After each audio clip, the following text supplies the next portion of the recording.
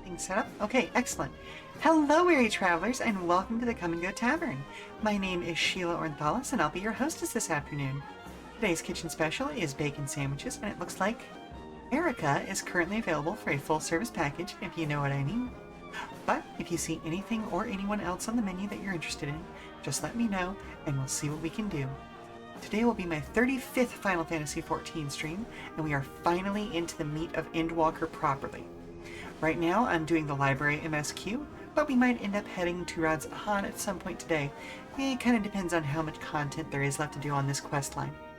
As always, I will be available for comments, questions, and concerns about the tavern, as well as regular old conversation, so don't be afraid to fill that chat with discussion. In exciting news... Oh, actually, hang on, I need to double check. Okay, good, I did. In some exciting news, I'm a little bit off kilter today because, you know, like my sleep schedule, my eating schedule, all that sort of stuff got thrown out of whack because I was up until something like 3-4 o'clock this morning because one of the people I work with on game design and I got into a really good groove yesterday. And even though we were supposed to be working on new stuff for Proto Drive, we actually shit out an entire new system all in one go.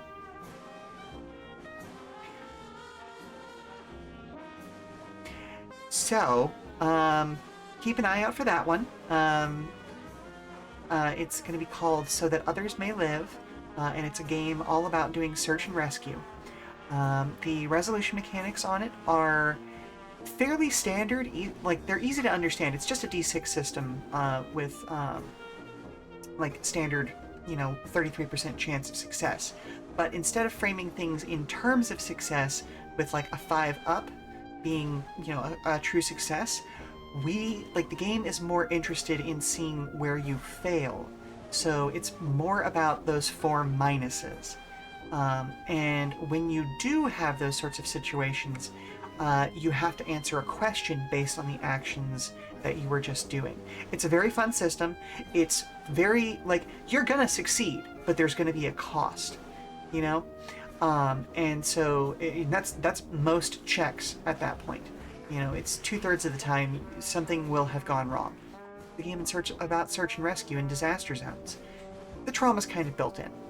But yeah, I'm really looking forward to putting this one out to the public and seeing everybody like do their own take on it, kind of thing. There's a little bit more organization. I know that there's like 1 or 2 sections we still need to finish for like the GM section, just, you know, to give people a good starting point for like here are some ideas for like disasters and stuff like that you can run.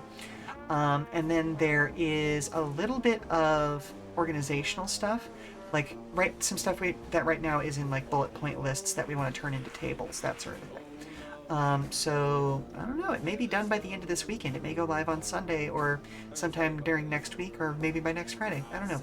The point is, it'll be live soon and I'll be talking about it on the various socials channels, so keep an eye out for that. But in any case, y'all are here for Final Fantasy XIV today, so let's go ahead and head on over to that game screen, why don't we?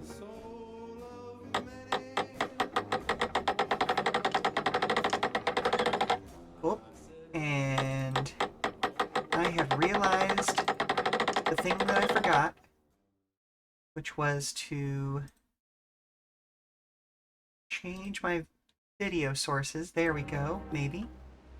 Oh right, I had muted this and I wasn't in window off stream. So there we go. Okay, cool. Now even if I have to go click over onto my my stream stuff, it won't go away. Okay, cool. So let's talk to Kryle. Oh dear, you look exhausted. But what about your studies? Were you able to find any books on the subjects I mentioned? Mm-hmm. And the day was well spent. Should you wish to read them again, a man at the reference desk will point you in the right direction. For the moment, though, I suggest you take a well-deserved rest. You might be occupied with our research for quite some time. Alright, fair enough.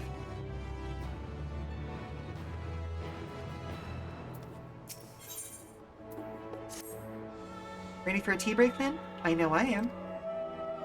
Honestly, my neck and shoulders are going to calcify if I don't stretch my legs and walk around a bit. You know the last stand down in the harbor, don't you? Come and meet me near the outside tables, and I'll treat you to their coffee. It's quite good.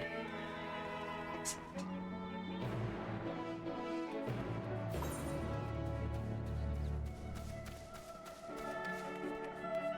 And if nobody minds, I am actually just going to go ahead and teleport my way over there.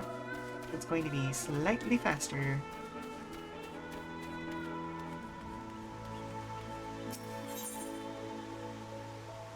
Ooh, I'll also just go here so that I can pick up this blue quest right down here. You'll also notice that I'm now almost entirely full on my jobs bars. I've got myself set up. So, do my eyes deceive me, or are you Lynn Northalis? Yep, that's me. Well, as I live and breathe, it is you. Ha! I knew I'd be the first to track you down. Who's the guild ship's top hunter now, eh? Wait, you have heard of guild ship hunts, yes? They're not so different from the hunts you're familiar with in yours. Yeah, oh, okay, it's just more hunt quests, as I understand it. I'd wager they're rather more challenging, but an adventurer of your caliber will never turn down a challenge, would you? No, you would not. Pray speak with Northoda at the Peristyle to register your interest at your earliest convenience. I thought I was going to unlock a dungeon. Maybe that one down there?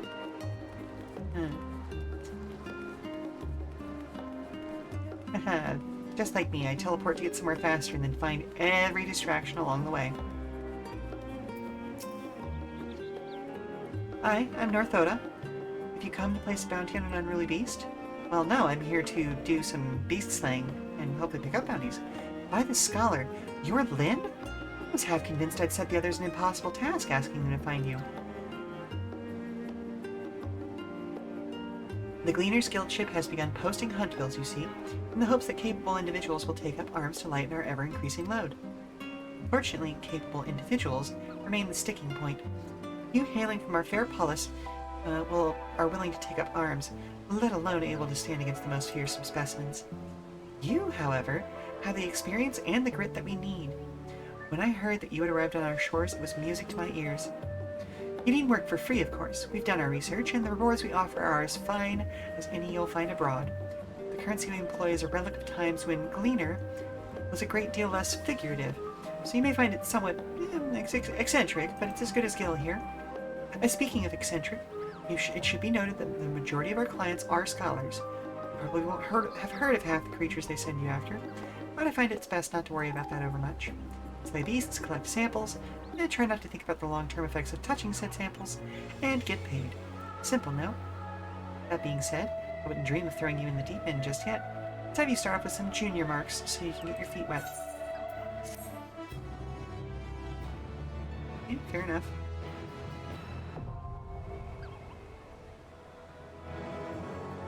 Minute to take pills, and take that, feed monsters and Yep. Oh, okay. Cool. Ooh, I unlocked a thing.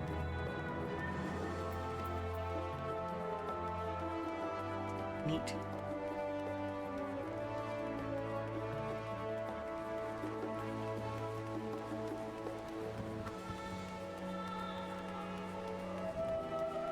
Where's that fairy go? Maybe it's a fairy to Rodzet Han? Be my guess.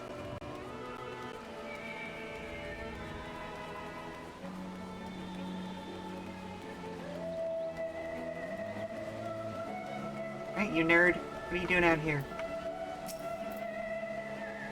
Beg pardon, good madam. I'd scarce help but notice the sightseeing log on your person. Come on! One dungeon. You wouldn't happen to be the adventurer my niece wrote about, would you? Oh, hey, this is the guy who actually runs the sightseeing logs. So it is you. Pleased to make your acquaintance. I'm Babeth Ironheart, Milla's aunt and seasoned explorer.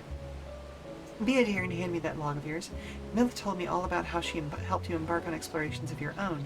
It's only right that I share with you some of the wisdom of my own. Let's see here. Oh, I can't forget to mention that. And done. You should be all set, dear. I've jotted down everything I've heard about the most remarkable vistas the realm has to offer. Of course, a few notes I've shared are not more than rumors, some describing locales so fantastical that I can barely believe they exist. But as I always say, the true joy of exploration lies not in the destination, but in the journey. So go forth, dear, and see what sort of journey these hints take you on. The sightseeing log of yours won't fill itself, you know. I probably should work on the sightseeing stuff at some point. Yep. Neat. Okay, well, it's a thing.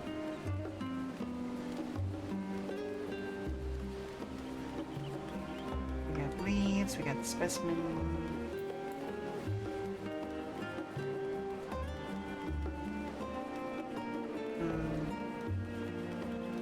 Oh, well, I'm sure we'll get more dungeons at some point soon. Probably at any convenient moment.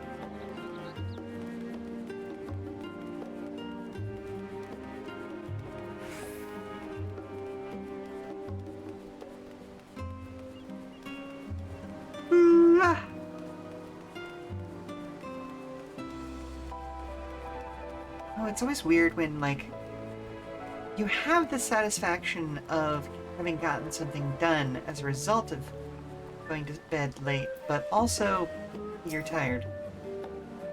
As busy as ever, I see. How very Charlean that no other gourmet cafe has sprung up to compete for customers. Actually, this crowd gives me an idea. Before we place an order, why don't we ask a few questions and gauge the mood of the city? I'm interested to hear what the average citizen has to say about the Talafaroi. We might even learn something new. Worth a try, don't you think?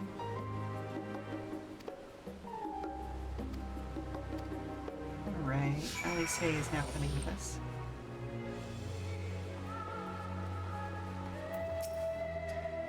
What is it? Can a man not enjoy a moment of private respite? If you're looking to share a table, then I respectfully request you look elsewhere. But you misunderstand, sir. We were simply wondering if you knew of the Talafaroi. These enemies of peace have promised an end to all we hold dear, and... Wait, you're that House Levelier? Yeah, aren't you? And this woman with you is obviously a foreigner. Huh. I'd heard you were disowned for helping outsiders indulge in their barbaric whims, and here you are giving truth to the rumor. I thank you to leave me be, if not to say the likes of you. Well, I must apologize. 'Twas foolish of me to expect an ounce of civility from someone so enlightened. Tomlin. What a dick.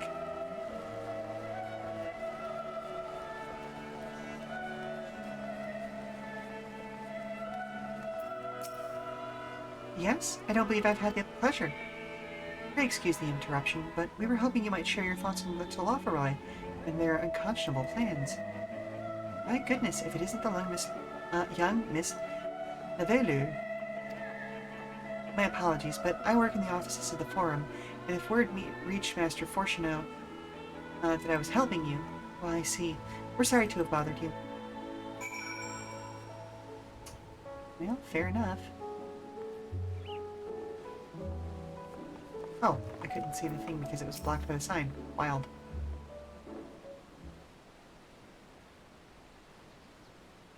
Welcome, madam. What can I offer you today? Oh wait, is that Miss Alice I see? My word, how long has it been? Far too long. Meet Dickon, the owner of The Last Stand. I used to frequent his cafe on occasion, in between lessons at the studium. That seems like an age ago now. I remember hearing that you and Master Alphino had set sail for Eorzea. But then you never came back. Lately there's been gossip about your father disowning the pair of you. Everything all right at home? Not by a long shot. It's complicated, and I hadn't expected complete strangers to be so familiar with our situation quite so quickly. Everyone has an opinion, it seems. Well, it is House Levelier. No matter how discreet Master Fortuneau may have been, news of your family's doing never stays secret for long. Things being what they are, what brings you back to the city now of all times? Well, we have questions, and only Charlene has the answers. Tell me, Master Dickon, have you heard anything about the apocalypse called the Final Days? What, like the end of the world? Nothing like that, I'm afraid. And that's what you're here to find? Information on this apocalypse? Yes, whatever we can learn. Fortunately, your patrons appear to be unwilling to speak with me. I wish there was more I could do to help.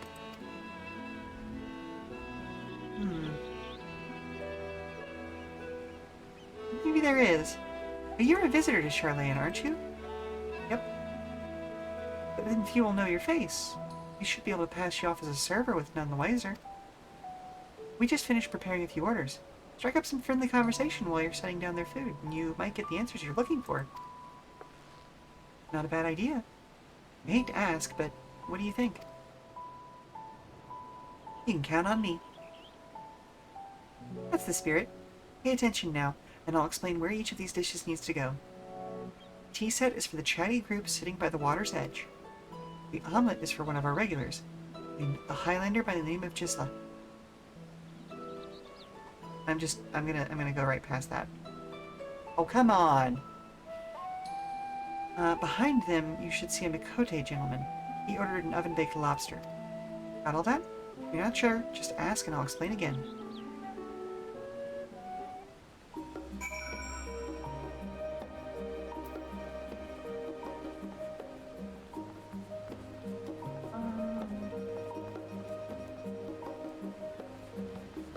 Okay, no, you know what? It's gonna be a good idea if I ask him to go again, because... Oof. Tea set goes to the people by the water. Sheela goes and gets the omelet. Okay.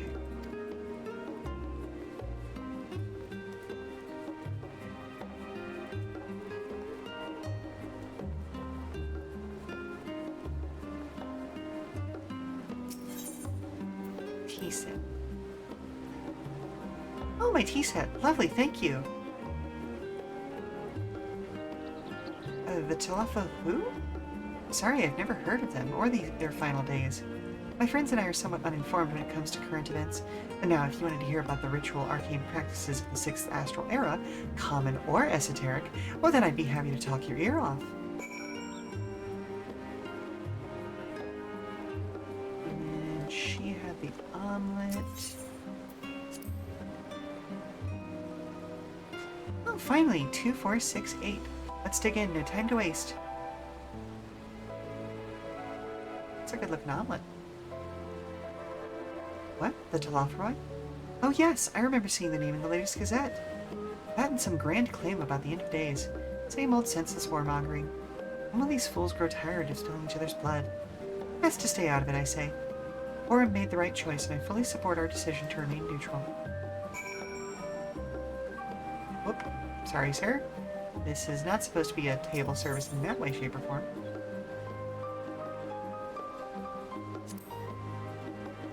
Here's the oven-baked lobster. Last, it's mine. You have no idea how long I've scrimped and saved and suffered to afford this heavenly dish.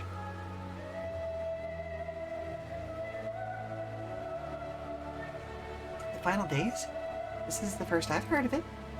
Although that would explain why my friend has been rushed off to his feet. Must be a busy time to be a gleaner. You don't know what a gleaner is? Well, they're collectors of sorts. Travel the world procuring things that we haven't got here in Charlene, priceless books, unusual live specimens, and so forth. So named for those folks who trail after the reapers in the fields, picking up every grain which was missed. Aye, by all accounts, gleaning is the most meticulous and demanding profession. These Talafaroi make good on their audacious threats, and many uncatalogued rarities could be lost forever. Why else would the gleaners be buzzing about in such a frenzy? Watch the harbor and you'll see what I mean. They're carting loads in from the docks all day. It's never been this hectic before, not like this. Okay. Up.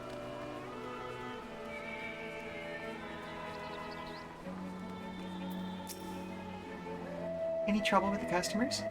Or were you able to get anyone talking? Well, I got some interesting news from a couple of them. They seem unaware of the final days, aside from whatever vague news the gazettes are printing.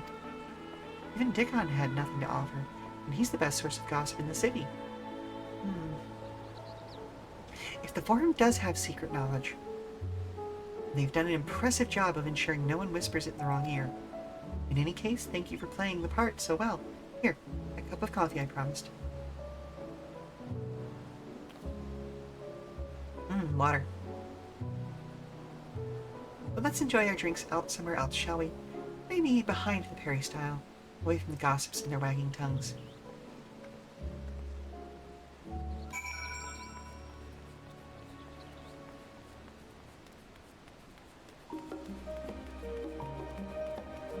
Ah, that's what you mean. Okay.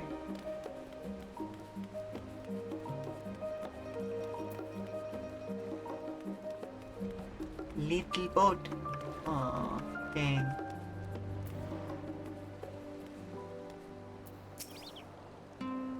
This should do nicely. Out of the wind and out of sight.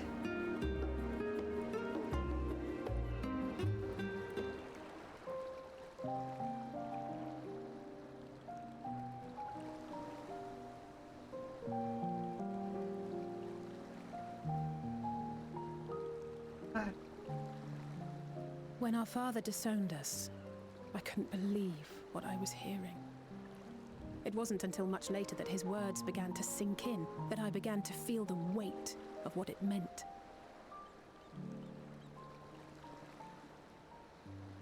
Do you remember when the decision was made to come to Charlian?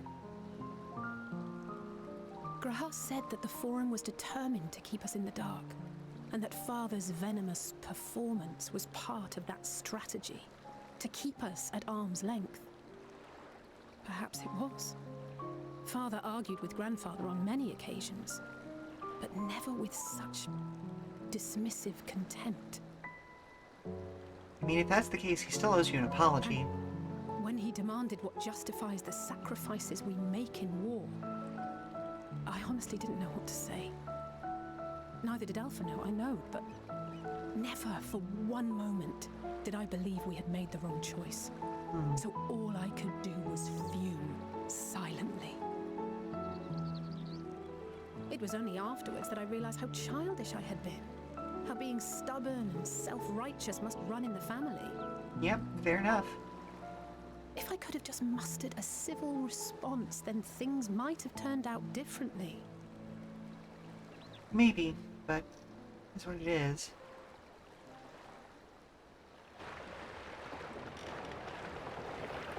Uh-huh. Yep. The Forum is prepping. They must be ferrying goods to Labyrinthos. Okay, you gonna explain that one?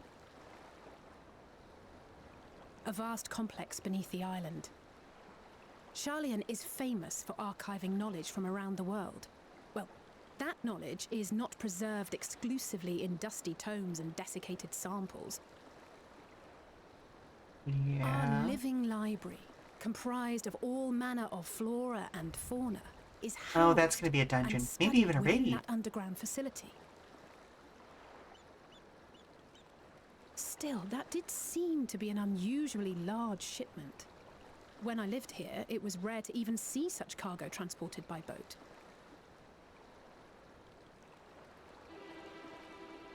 Yep. Wait, didn't you hear something in the last stand about the gleaners coming and going more than usual? Well, I think they're the ones we saw manning those boats. And gleaners answer to the Forum. There you go. You're figuring it out. If the appearance of the Telophoroi prompted this sudden burst of activity, then Labyrinthos may hold a clue as to what the Forum is planning. Oh, almost certainly.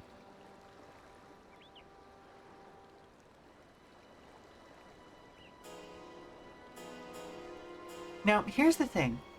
If they're just doing this as part of their normal, preservation efforts, and essentially just kind of picking up the pace a little bit, that's one thing. But if they're storing things like food food and ways to grow food and all of that sort of stuff, then they are basically just abandoning the rest of the world, and they're very conscious of it. We should tell the others what we've learned about the Gleaners. Go on ahead to Numenon, and I'll join you in a moment. Master Dickon will want his cups back. Yeah, I feel like just about everyone in this city has one of his cups, like entirely by accident, just hanging out in their cupboard somewhere. Like, you got distracted and forgot to take it back to the restaurant, and now you're too embarrassed to take it back. And so, like, I don't know. That feels right to me. Maybe it's just that because, like, I've worked with and been an academic, and that's absolutely the kind of thing that happens to you.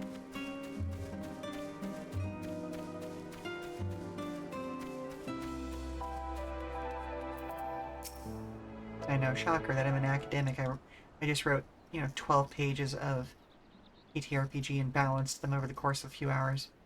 Welcome back, Lynn. Been for a walk and cleared your head, have you? Not exactly. We did some impromptu investigating and turned up information on the Gleaners.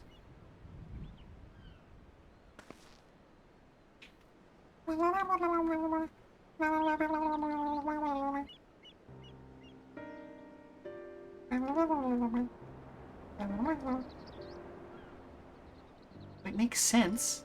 The Gleaners take their requests directly from institutions and bureaucrats, but as you say, they ultimately answer to the Forum. A sudden and significant increase in Gleaner traffic and in cargo certainly gives the impression of an overarching plan being put into motion. Let us see what theory we can build from the facts. As Y'shtola observed earlier, Numenon's archives appear to contain no information concerning the final days, and that's suspicious as hell on its own. Coupled with what Lynn and Alice learned at the last stand, we can be reasonably sure that most Charlayans know nothing of that particular period of ancient history.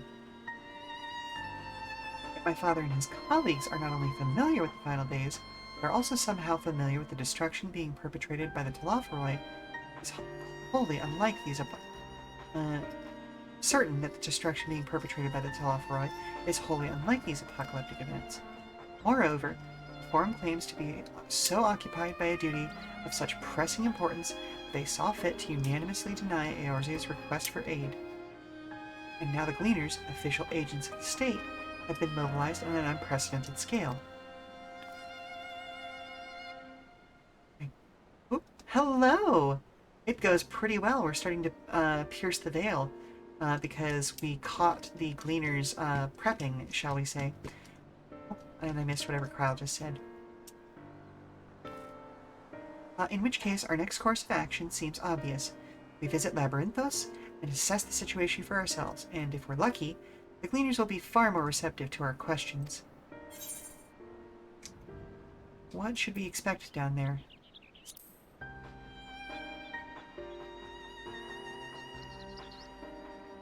Oh, I would hate to spoil the surprise.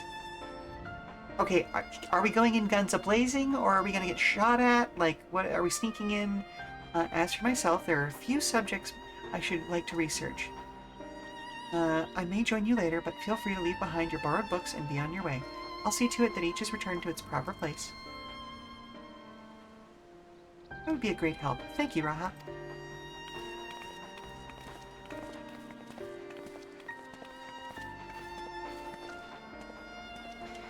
Let's head down the stairs over there, and I'll show you where the entrance is. Thank you very much, then, I guess.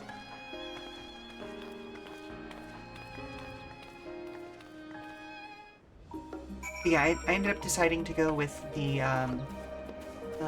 library path first. So we are about to do. I'm assuming this is going to be kind of a National Treasure style heist in the end. Ready? Labyrinthos is not too far from here, but you may find the path a bit disorienting. I'll take the lead, so stay close. Follow Alice and try not to trail behind. Did she now? Oh yes, so brisk of a walk.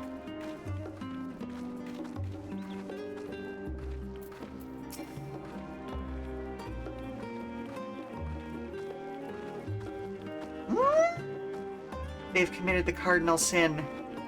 Her walk speed is slower than my run, but faster than... no, it's not even faster than my walk. It's slower than my walk. Goodness gracious. Square Enix, I don't think you know what a brisk run is, or even a brisk walk.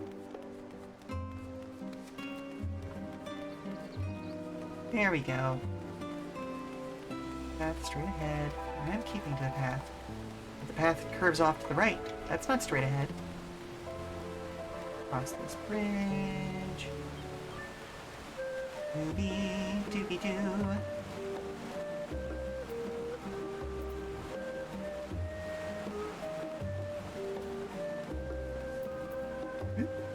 Up here. Very well.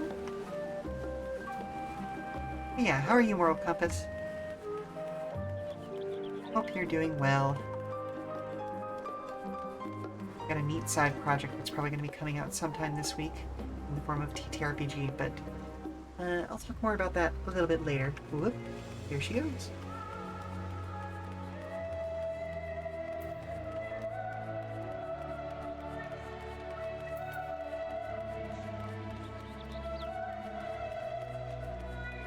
Ah. Whoop. Here we are, through this door and down the stairs. You did remember to attune to the shard back there, didn't you? It'll make life much easier if you need to come back in a hurry. Otherwise, we should keep moving. Nope, I'm already attuned fully, I believe. I'm gonna double check, just in case.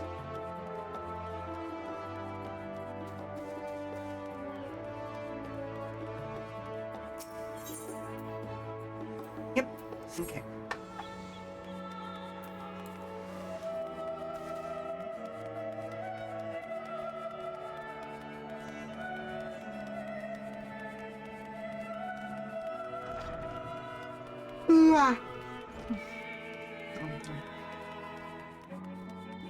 Why is there a chocobo spot down here?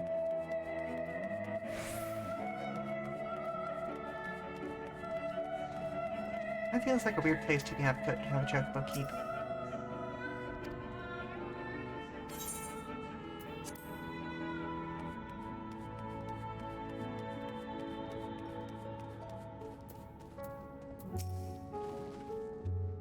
We're all here now, yes? I've taken the liberty of securing permission for our group's descent. Right, everyone onto the lift, and down we go.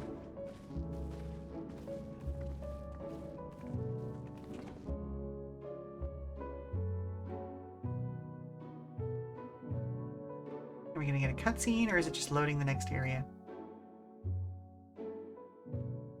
Who knows? I'll know soon, but right now, who knows?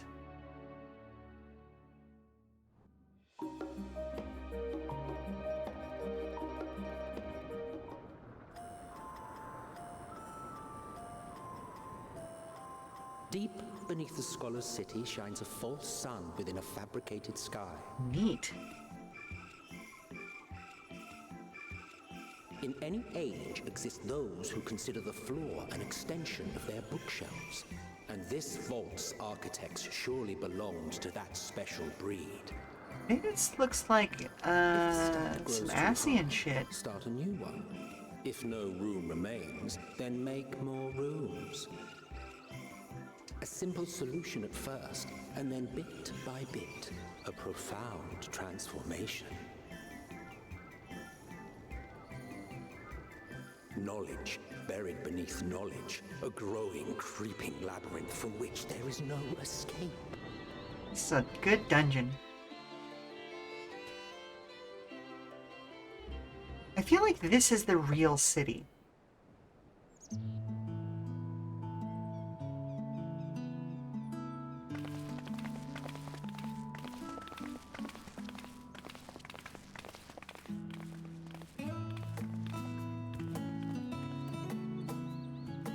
Not what you expected. I must admit, the artifice is very convincing. But I assure you that we are beneath Sharlayan itself. The breeze you feel, the flowing waters you hear, all created by the hand of man. Very cool. The island is volcanic, you see. And once upon a time, this great hollow must have been a reservoir for magma. It was discovered some 400 years ago, at which point it was repurposed as a storage facility for hello? scrolls and samples and such. Mom, can you help me get a snack off the high shelf? I mean, I can, but aren't you taller than me at this point, sweetie? Yeah, but you have that grabby spell that I don't. Yeah, okay, that's fair. Yeah, give me just a second and I'll be right with you, okay?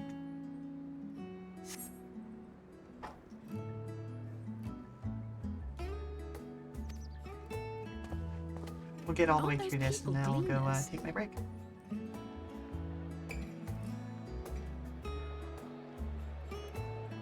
But yeah, this feels very much more like the judging by real their city dress. rather than the surface level They are stuff. said to work alone as a rule, but would seem that rule is being enthusiastically broken today. Interesting. It may be as you suspected, that they are engaged in a task apart from the norm.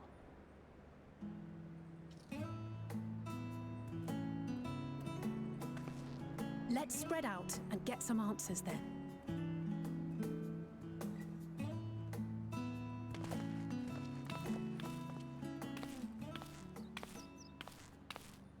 Ugh. Uh-oh.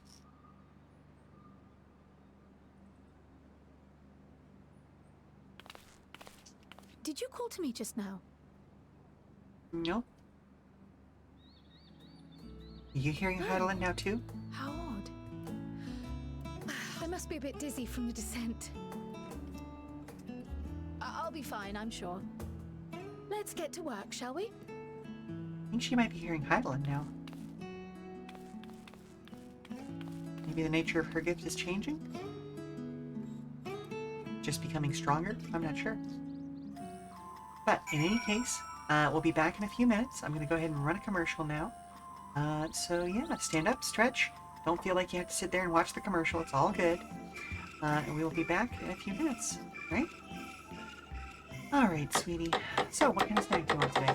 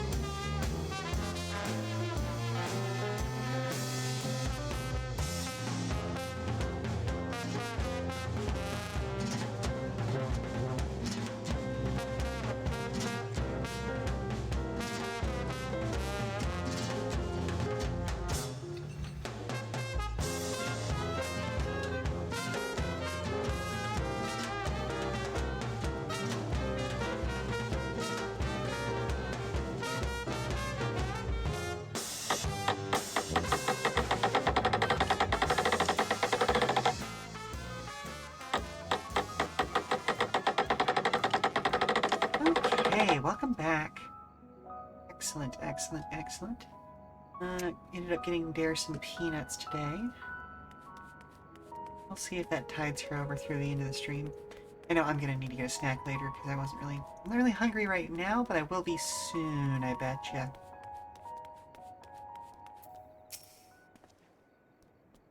You here to, oh, thank you very much, Toxan, for the actual size stickers.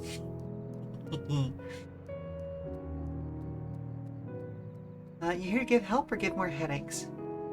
Not you, Toxan, the game. Because you don't have the look of a gleaner, and I'm in no mood for idle chat. One of my colleagues was so exhausted he took a tumble and crashed into a pile of crates. Now I have to pack a pack of marmots running loose. Exchange with Erinville has taught you about exhausted cleaners.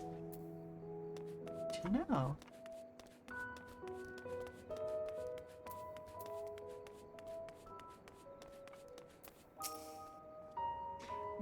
Let me think. The Rhea Seed should be item 1058, Cumin Seeds 1059, Snurbbleberry 1060. Were they 1061?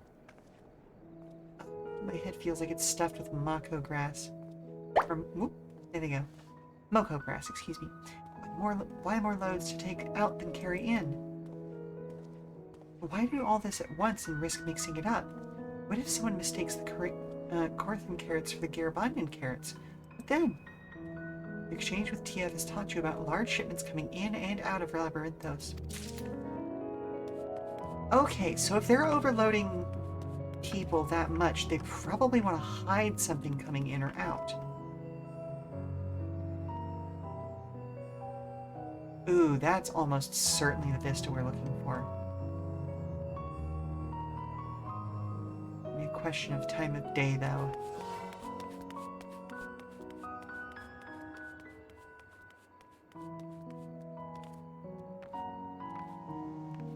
Hello.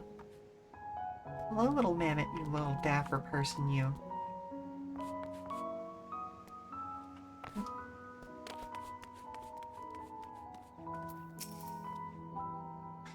You want to know what I'm doing? Hauling books and ore and fauna. If it needs hauling, I haul it. Every decade or so, they take stock in Labyrinthos. You know, sort and tidy up the inventory.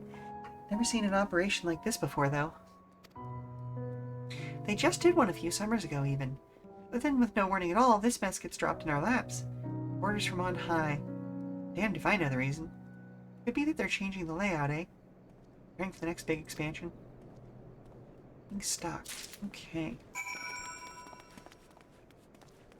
Yeah, okay, so that project that I was working on last night, Toxan, continued working on it this morning. It's already looking a lot better. Added in most of the GM space stuff, but there's like 1 or 2 sections of that left to be done, and then I'm going to convert a lot of the bullet points I had in the original version over into tables to make them look a little bit nicer. And then, quite frankly, I think it's just about, done. I'd definitely like to add art to it at some point, but I'm kind of weighing my options because my normal, this is way too serious of a system for my goofy-ass art style that I can draw. And so I would normally use something like stock images and things like that for this sort of thing. But I am very uncomfortable using stock images of disasters for a game about disasters. So I'm probably going to need to bother somebody who draws and does art to see if I can commission something for this. Yeah, it's going to be a whole thing. But I may just release it art-free first and then add art later. That way it's out in the world and doing stuff, you know what I mean? But that's neither here nor there. Any luck, Lynn? But what tales did the Gleaners have to tell? Well, three different tales, all important by all means.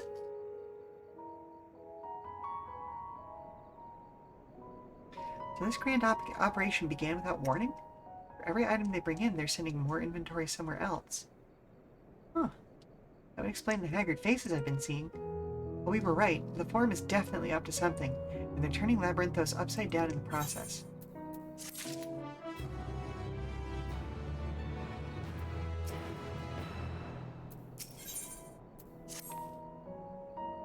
We would do well to learn more of what specifically the Gleaners are being tasked to do, as well as who's tasked them to do it. The game, Lynn, I have an idea. Didn't one of the Gleaners you questioned say something about escaped marmots?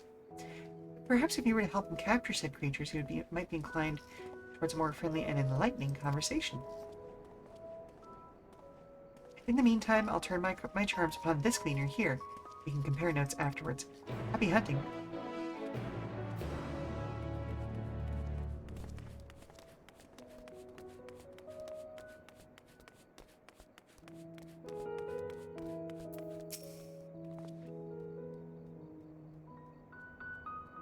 You wish to help me find the marmots? I have nothing suitable to pay you for your services, but if you're offering out of the goodness of your heart, I'd be happy to welcome the assistance.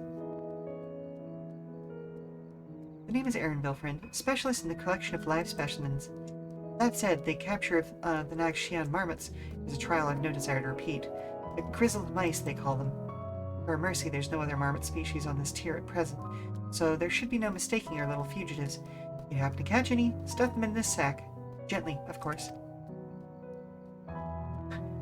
Marmots in a bag! Horrified rat catcher. Oh, goodness gracious. Where to begin, you wonder?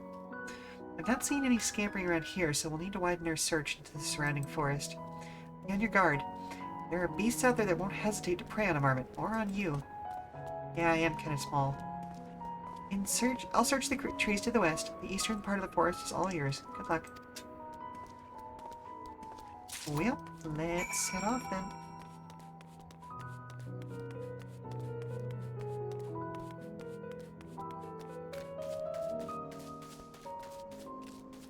Ooh, that's a big critter.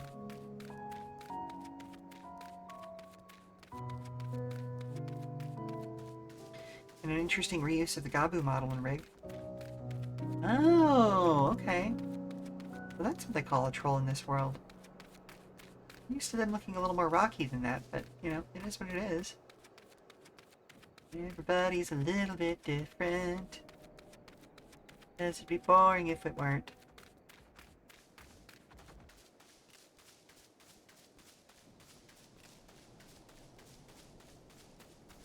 I'm gonna go around you, sir.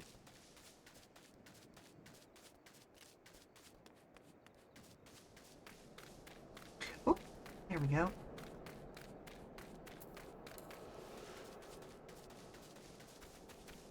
Grizzled moose. Mouse. Oh, no you don't. That's my grizzled moose.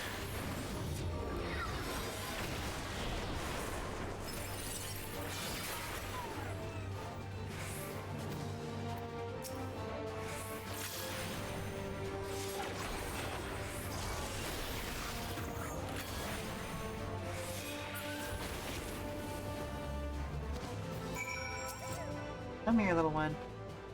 What do you actually look like? Aww. Oh, baby.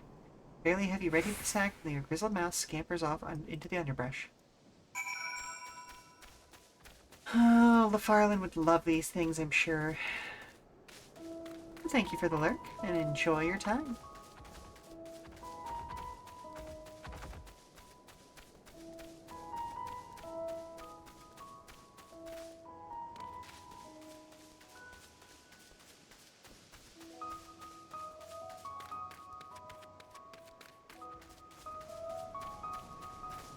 Up, maybe? Hop?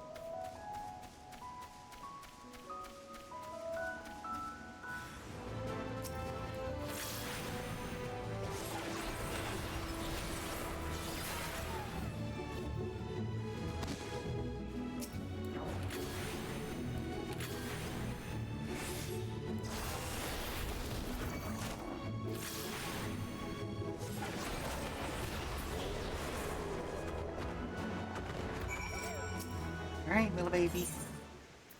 Get in the bag.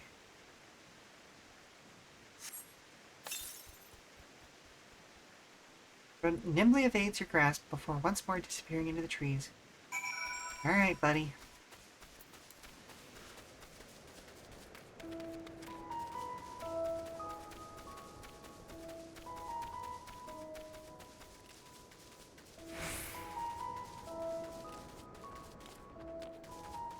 Oh, interesting. So these aren't necessarily wild trolls, because there's like hairbands on their back. I guess nothing down here is actually wild, come to think of it. Oh, oh, right. I'm in a new zone. Yay! No flying. Hey. Hate it.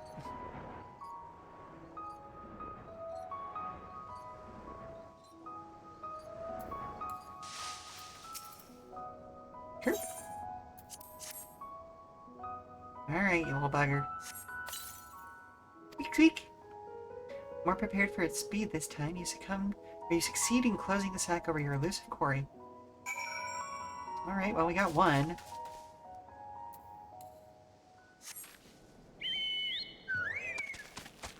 A chunky lad. Chunkiest of lads. Hello, PNG Boomer. Welcome, welcome, welcome.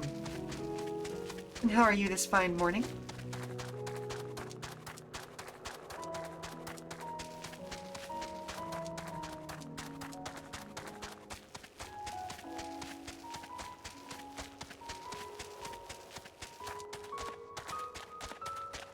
Doing pretty good myself. I got way less sleep last night than I intended to, because I got really focused on a new project that I just started yesterday, but it is what it is. Basically, like, I got the whole project wrapped up and public ready, pretty much in one go, and then I've already started adding more stuff to it this morning, so like I'll have a public release for it very soon. Oh, an Aaronville fanboy, or girl, or person. I'm not actually sure about your gender, Moral Compass Gaming. May have asked before, but I've completely forgotten. Either way, you've got the moral compass. I'm glad somebody has it. How did you fare? I tracked down 3 of the pack, which leaves 1 unaccounted for. You go with he, him. Very well. I'll do my best to... You know what? There was a mod that allowed us to do, like, pronoun selections in chats. That might be a good idea for me to install, just so that my, like, Swiss cheese brain doesn't completely lose track of these things so much. There's the odd marmot out. Think of your Ernville as like a younger cousin. Oh, cool. That's nice. Wait here a moment while I put our friends into a holding cage.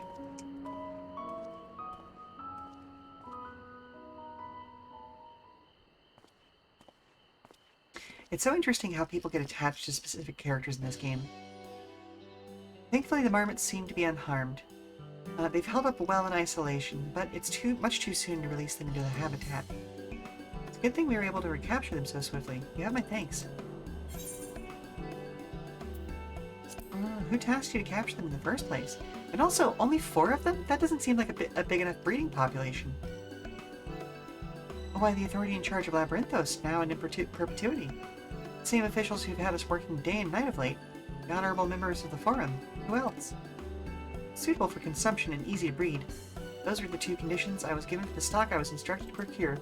I don't know what the Forum has planned for all these creatures, but at the very least, I doubt they'll be served for dinner today or tomorrow. Yep, they're fucking prepping. They are 100% prepping for the apocalypse.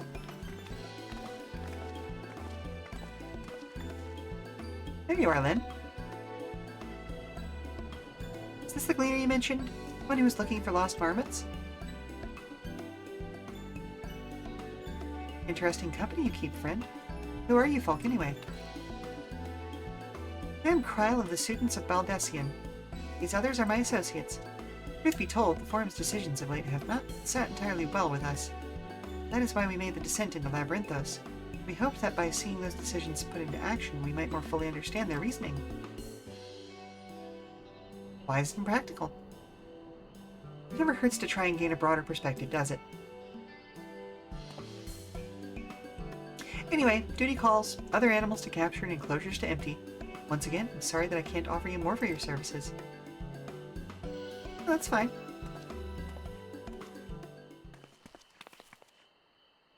Did you learn anything new from your friend there?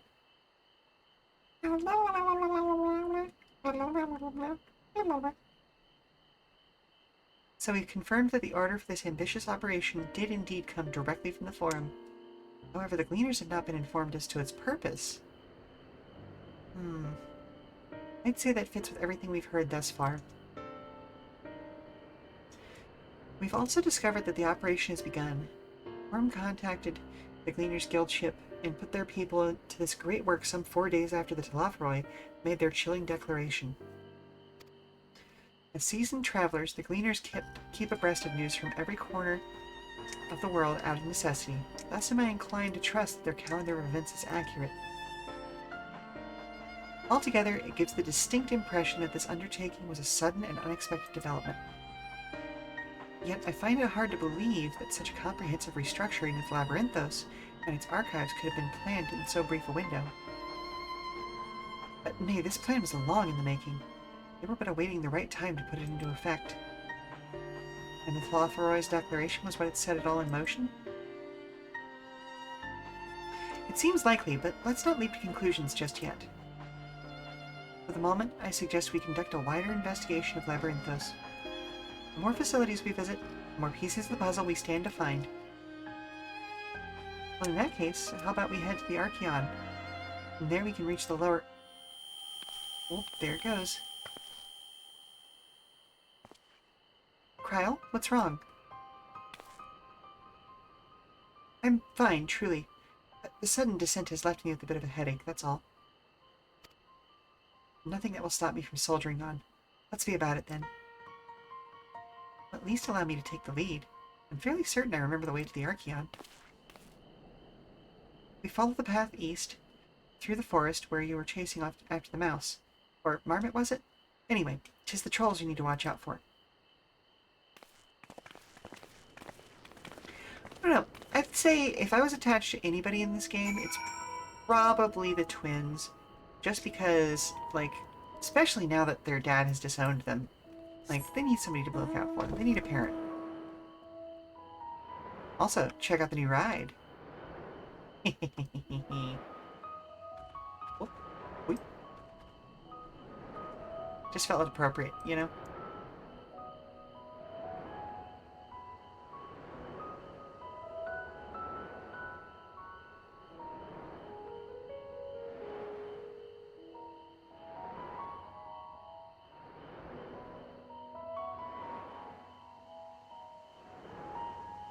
Yeah, there's definitely a certain Asian bent to this place.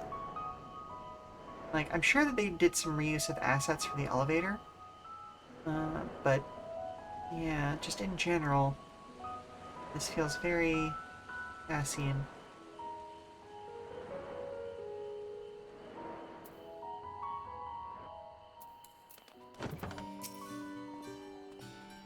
Behold, the Archeon!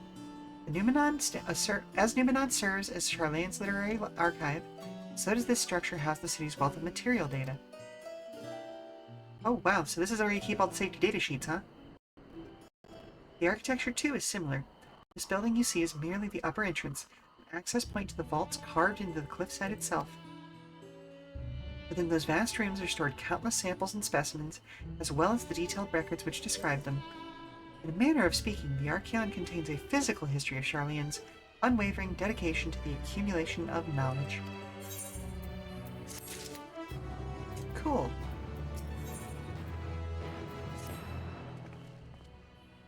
Well, we won't learn anything of value standing here.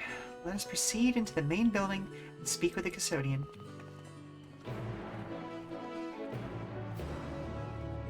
Alrighty.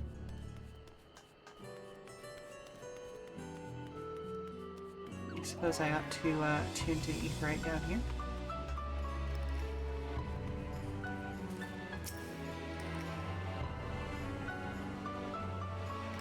Oh, I'm like in the fucking water. Jesus.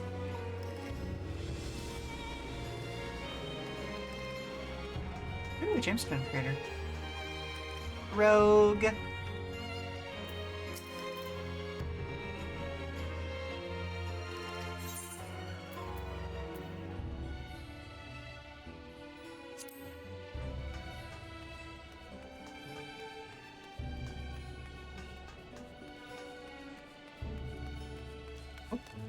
a second.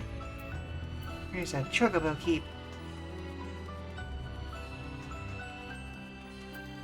Hello, sir.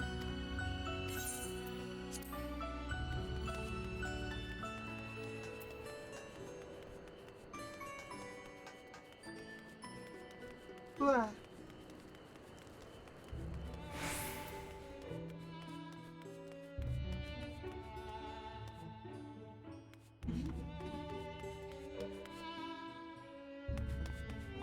Goodness, the structure of this. Oh, that's fascinating.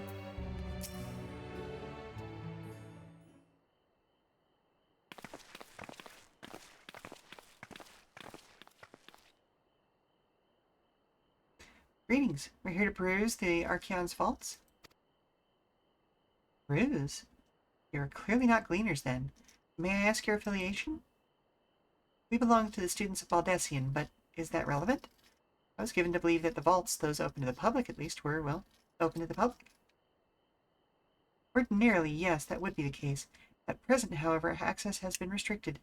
Only persons directly involved in the reorganization efforts are allowed to enter. Or permitted, even, excuse me. Well, not us, then. I suppose we'd better move along to another facility, then. This building has a lift which connects to the middle tier, yes? Might we at least make use of that? That service has also been suspended, I'm afraid. For the time being, priority has been given over to the conveyance of inventory. What? So this is as far as we can go? I apologize for the inconvenience.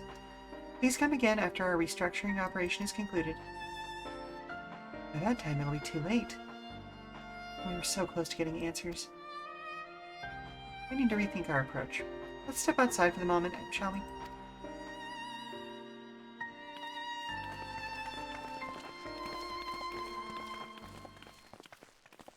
Students of Baldessian, huh?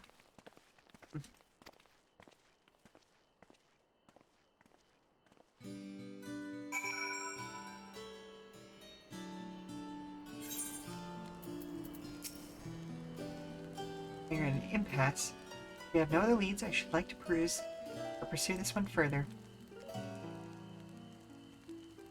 But I doubt that our stone-faced custodian will be swayed by heartfelt pleas. We must seek another means to access the lower levels. It is likely that the people in this area are involved in the restructuring in one way or another.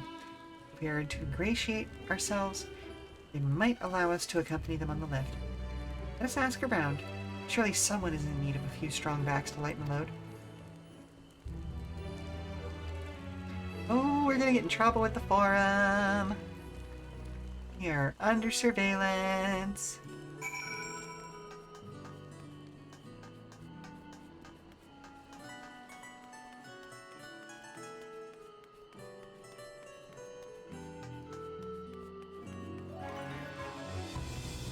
Oh, there we are.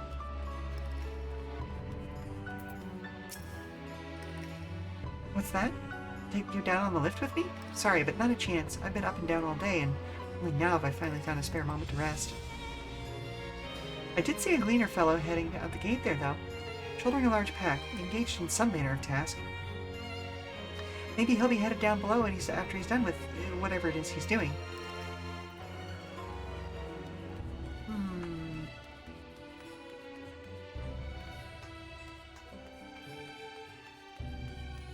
Hello? Hello? Yes, I know I pronounced that incorrectly. Don't mind me.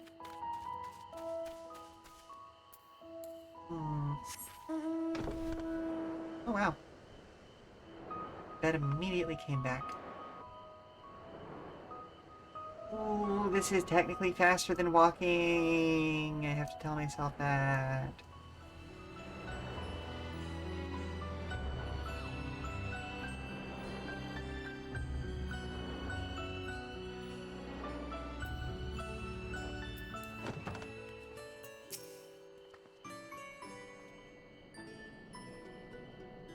Am I taking the lift? Oh no, we're just students. They won't let us into the Archeon even though we found, well... Actually, I have no idea what it is we found. There's no record of such a creature anywhere, but it's wandering around Tranquility, and so we thought to donate it to the vaults. Squeal, squeal! Honest little squeal, don't you think? Anyway, I suppose we'll have to take care of it until the Archeon is open again. Okay, well I guess I'm going after that guy who's, outside.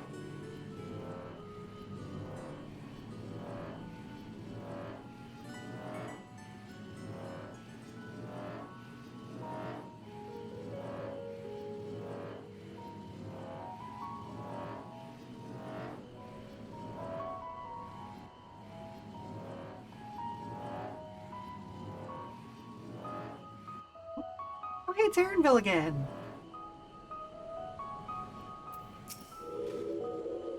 Quiet, you'll frighten it away. Oh, it's you again. I don't mean to be rude, but I'm in the middle of another task. The Cloudkin I need to capture is close. Very close. You wish to help me with this, too? You spend your time in unusual ways, my friend. Still, 2 hunters is generally better than 1. Very well. The canal here is a common gathering spots for birds of all kind. One I'm after today is this hornbill. Its feathers are green with a distinctive, and its cry is a distinctive caw. Single it out, shoot it with a sleeping dart. It's gonna be another first-person thing. Is that same bird from the other dimension gonna be here? The effects are short-lived, so I'll lie in wait by the riverbank to claim our quarry. Be sure to hit the right one.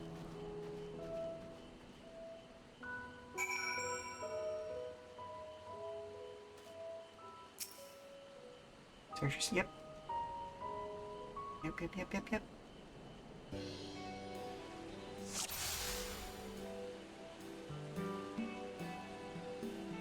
Can't be that one. It's this one? Oh, cool.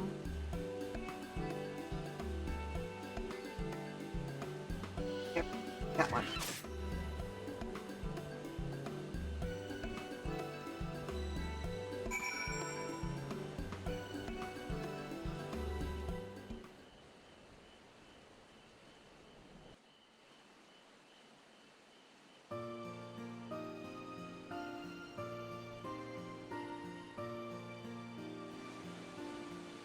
Well, don't just let it sit in the water, buddy. Go collect it.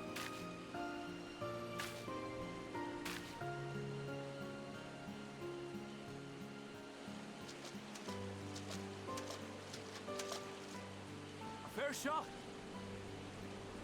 Well, he's got a nice voice. Nicely done. Let me truss this one up and I'll make my way over to you.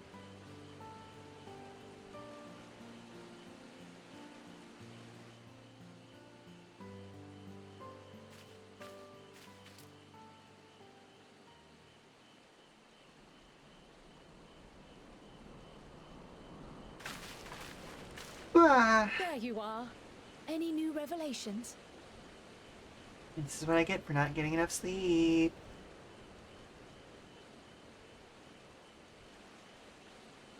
So you met with that gleaner again, this time to capture a hornbill. I understand catching and bringing in creatures from the outside, but what's the point of chasing after ones already here? Taking them deeper. Oh, it's a simple thing, really. Maybe doing like Occasionally, we remove checkups? specimens no longer needed for study, or those we've had difficulty raising. But we can't simply turn them loose. Safely returning such creatures to their native habitats is another facet of a cleaner's duties. But not in this case, I'm afraid. I've been asked to bring the bird below. Oh yeah?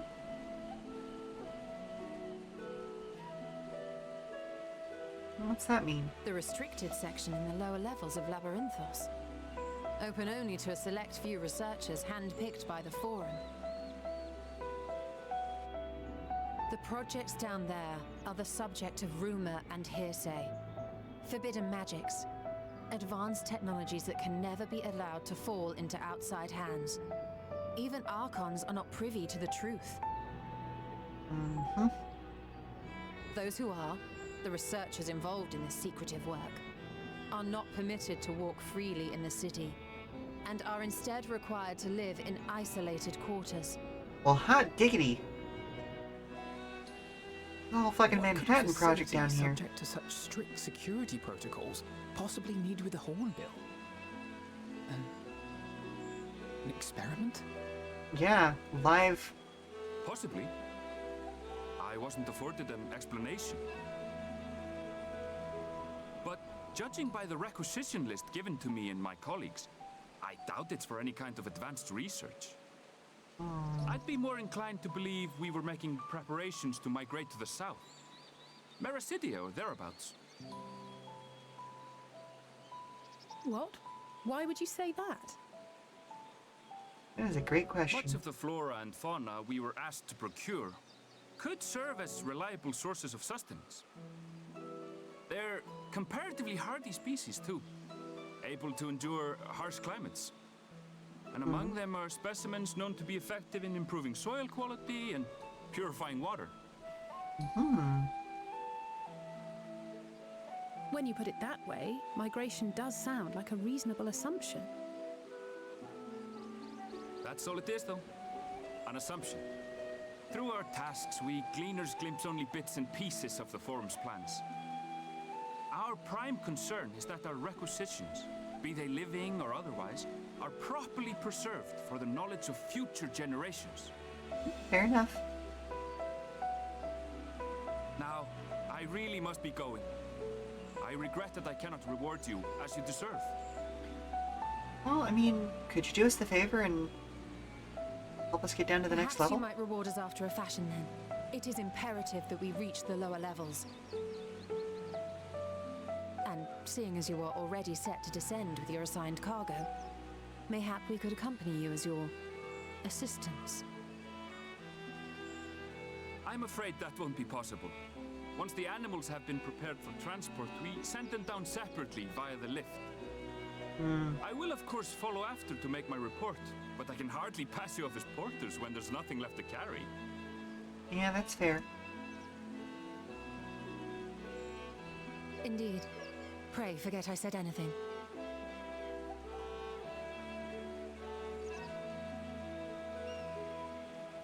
How do you feel about climbing? If you've strength and the courage to brave it, then there is another way down. This path leads to the 33rd facet, a mine shaft excavated during one of our expansions of Labyrinthos. Oh? While I cannot guarantee that the passage is safe to traverse, it should provide access to the medial circuit below. Okay. I never even okay. knew such a place existed. Thank you. This is the perfect solution. So that's gotta be a dungeon, right? But consider yourselves warned. If the going proves too treacherous, you do well to turn back. I bid you good day. We'll see you next time, Aaronville. Also, I appreciate that you have extra boots with you. Good thinking, buddy. Well, turning back is hardly an option, not when we've come this far. Let's go and take a look at this mine shaft. Bah!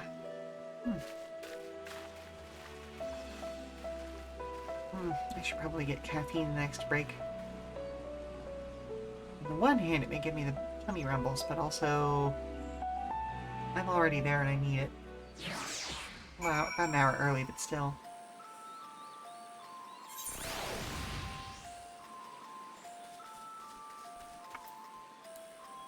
Comes up on the roulette this time!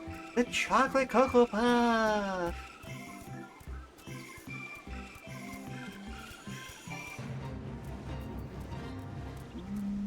No, thank you.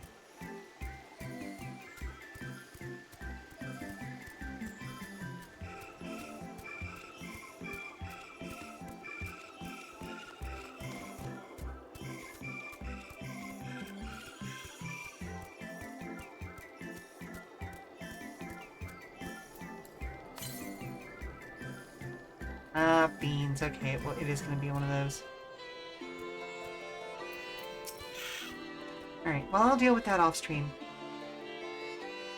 This must be it, the entrance to the mine shaft. His feet, but I hear something moving within. Creatures homed there by the researchers, you think? No. Slavering beasts aside, we will need to watch our footing. We should tighten our straps and such before we continue.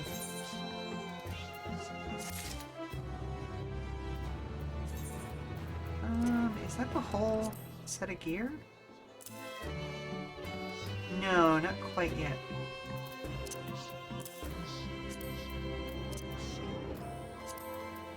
Should have at least 2 more things before I have the whole set.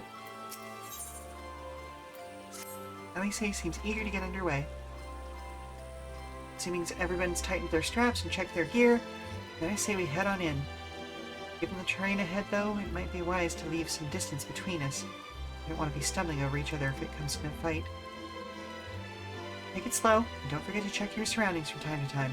We can meet up again at the other end of the tunnel.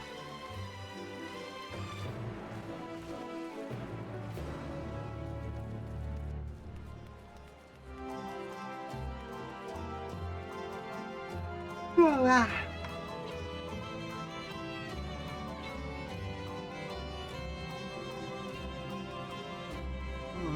Fungus-infected grasshoppers.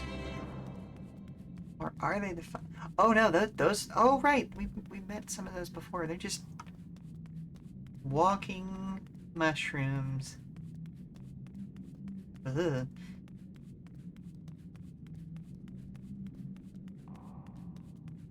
Decay is a form of life.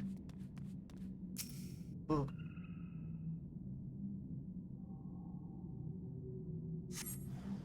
Somebody needs WD-40 on their knees? I'm not entirely sure, buddy. I mean, welcome to Come and Go Tavern. We are a full-service tavern, but, you know, I'm not sure I follow that one.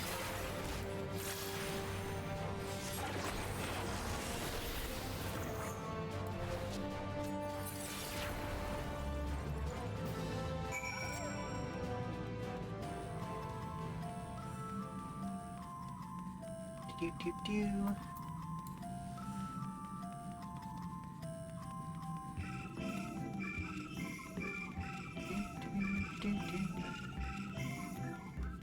Hey, yeah.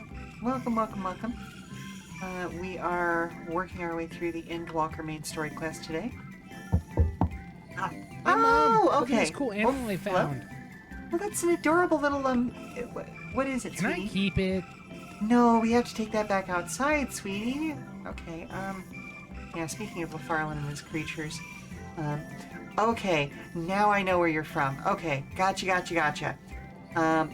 We will have a bigger discussion about that when I get back from making sure that whatever that fuzzy little critter was doesn't get added to the various menageries in the kids' quarters. So we'll be back in about 5 minutes. I'm gonna say stand up, stretch, do all that good stuff, because I'm gonna put on a commercial while I'm away. You don't have to watch it, so I would suggest going and refreshing your drinks, getting a snack, all that good stuff. And we'll be back just as soon as we can, alright? Alright, sweetie, so tell me about this little critter that you found, please.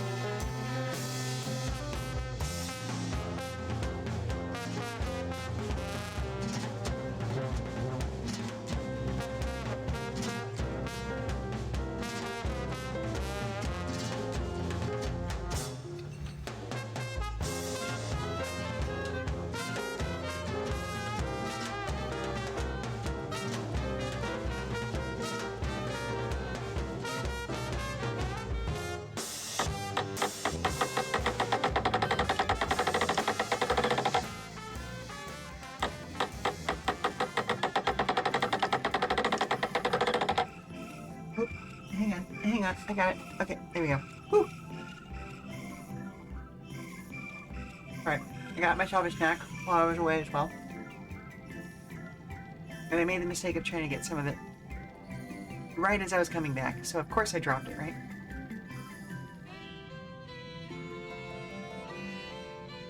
And then the dog started investigating around my feet, and we can't have that.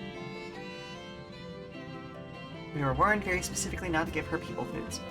But, okay, yep, nope, thank you for that context, Rooftop. I went completely in a different direction with that. Yeah, we definitely need some extra oil for our hinges, shall we say.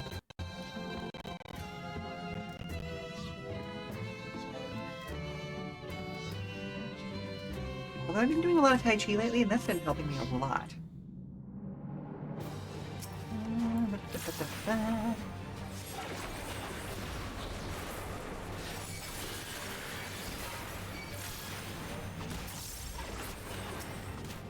Let's do that.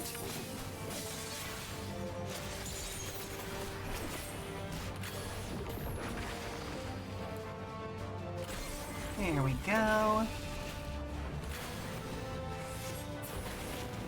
Nice. See, I fully expected there to be like a jumping puzzle or something in here.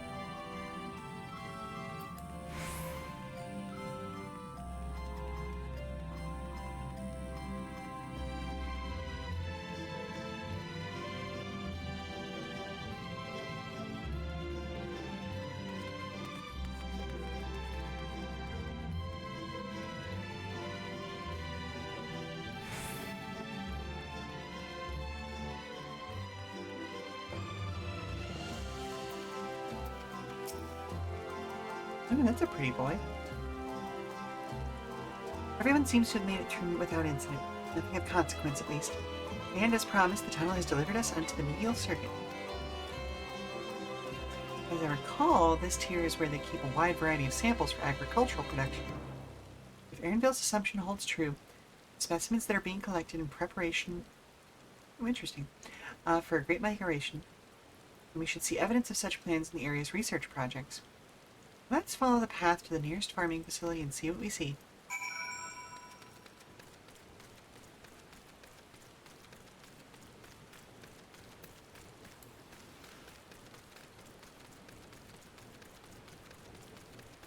Wait, why am I running?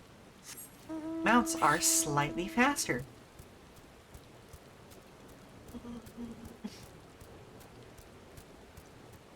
You know this isn't the direction I'm supposed to be heading, but I do want to uncover map.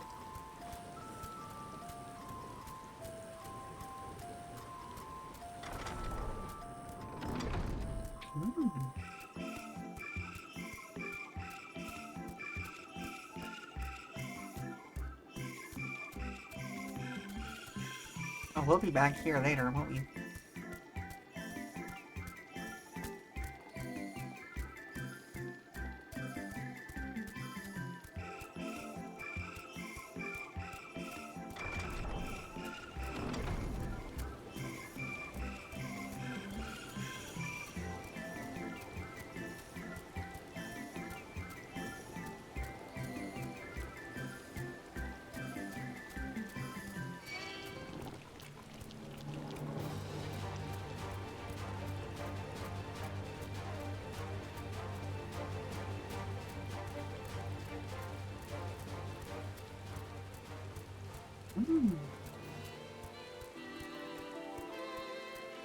Wild mandrakes are a bit of a rarity.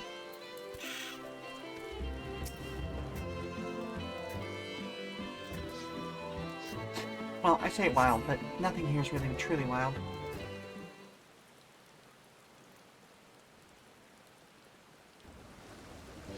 The squapes are back! Yay, squapes!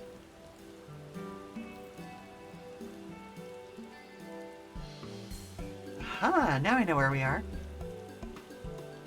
This is Mariel Agronomics. Labyrinthos is host to a wide variety of vegetation, which allows us to conduct studies on cultivation methods utilized in foreign lands. And it is this facility which coordinates and oversees those efforts. The fruits of their research go to feed their Labyrinthos colleagues, or so I hear. More notable successes might make it the Agora. Foods so exotic you'd be hard-pressed to guess their origin, let alone how they might taste. Indeed, mystery vegetables without a name. Only a list of nutritional benefits scribbled on a card. I see no gleaners hereabouts, yet these workers seem to share the same sense of urgency. It is possible they know something of the forum's plans and their underlying motivations. Looking into, wouldn't you say?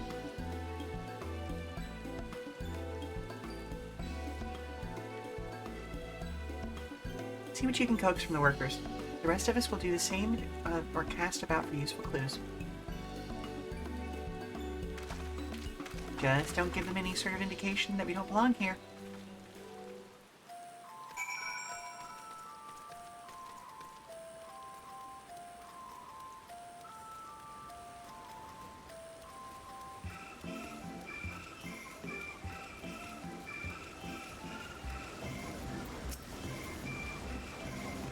Hello there. We weren't expecting visitors, not with use of the lift being restricted. How did you make it down here anyway? It's not worth your time. The mine shaft, you say? Oh, shit. Oh, you're much harder your soul than I. Under normal circumstances, I'd reward such a tenacity with a guided tour of the fields, but I'm afraid the forum has those filling order lists a mile long. Massive yet detailed requests.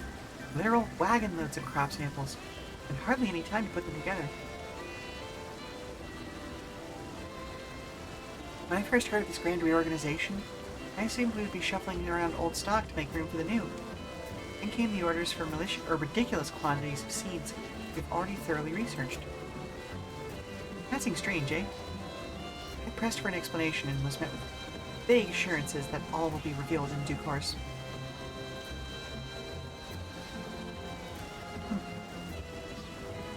Not the most satisfying answer. Sorry, I thought I heard someone talking to me.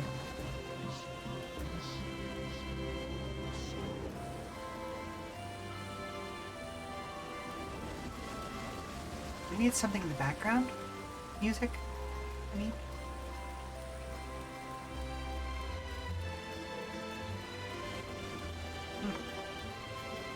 Oh well.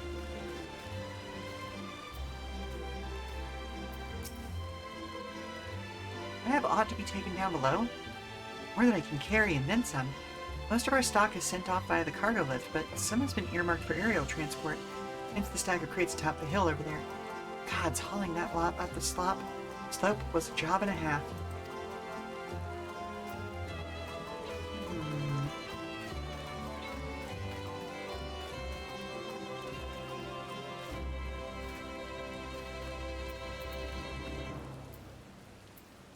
Squeeps. A little softer around the edges than normal, but that's fine. What crops are we raising? Well, as you can see, this one is a variety of grape. Only needs a good source of sunlight to grow, and the conditions here are nothing short of perfect. Hardly surprising, given it's native to a particular locale in the very place upon which Labyrinthos was modeled, a region in the south of Ilsabard. It boasts remarkable habitat diversity.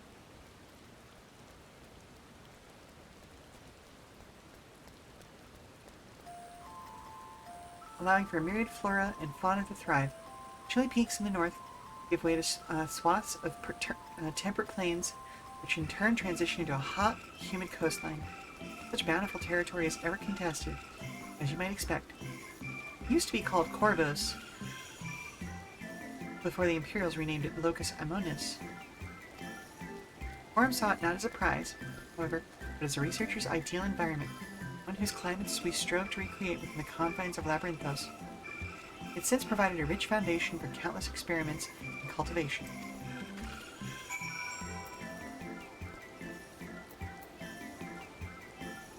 Just wondering why you're hearing some lady talking. Thought your recordings had background stream on PC. It was me on your mobile Twitch. Oh my goodness! Ha ha! Fair enough, fair enough. I mean, I was over here going, where's that? What is the sound I'm hearing? So I fully understand you.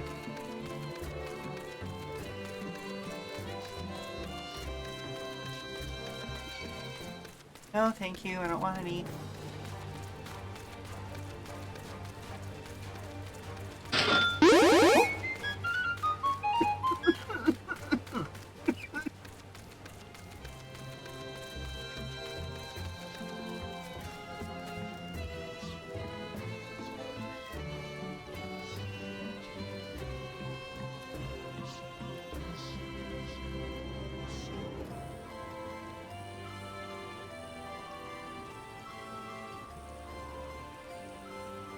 Ooh, horrible timing there.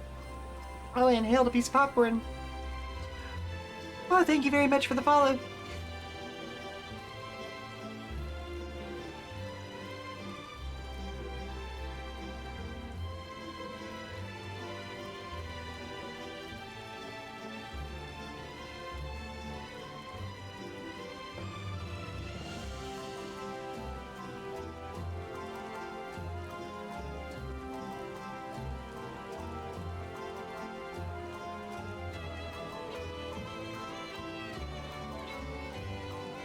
Whew. Okay, well now I'm good now.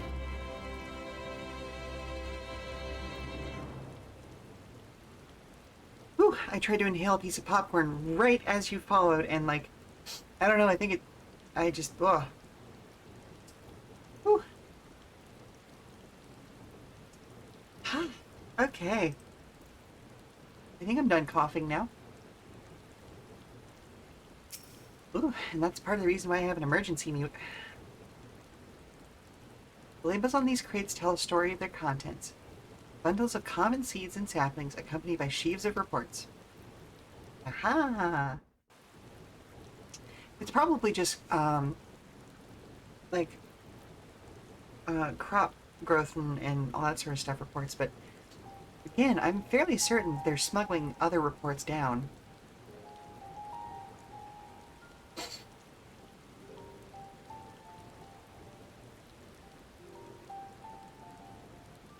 Hard to look away, isn't it?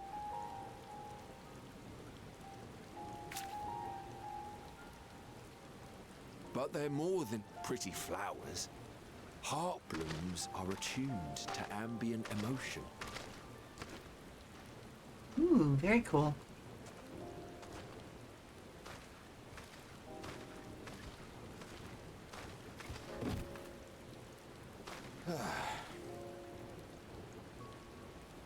You don't seem convinced, but believe me, it's true.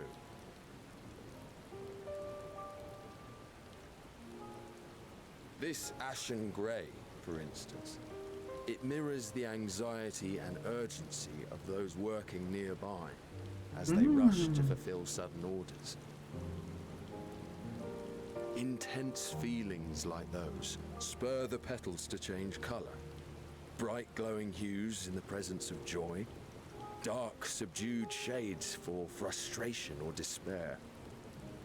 Yet even with the collected wisdom of Charlian at our disposal, we've yet to identify the underlying principle of this empathic effect.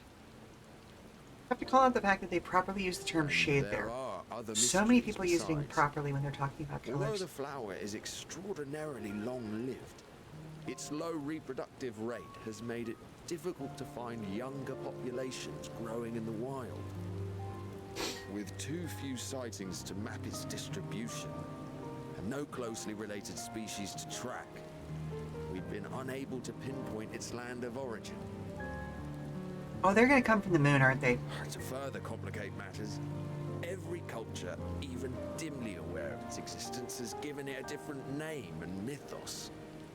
Our attempts to study it via the historical record have been an exercise in frustration.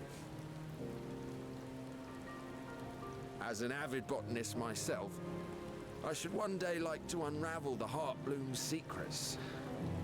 But I'm afraid other duties must take precedence. I will leave you to your thoughts.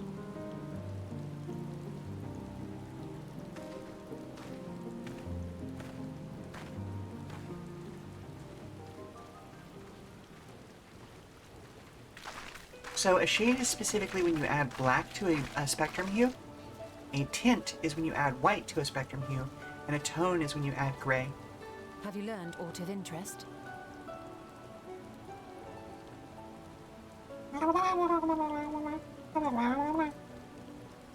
A flower that reacts to one's feelings. Strange. I must say, I have never heard of such a thing.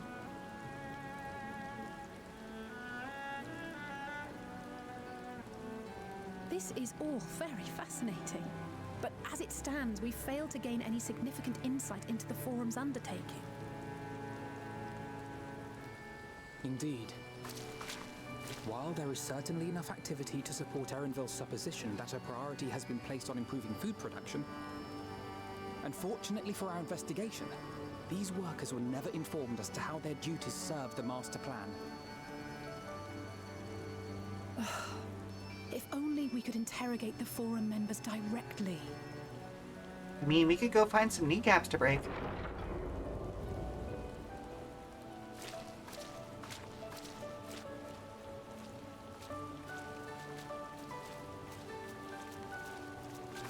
Isn't that the entrance to the arcade?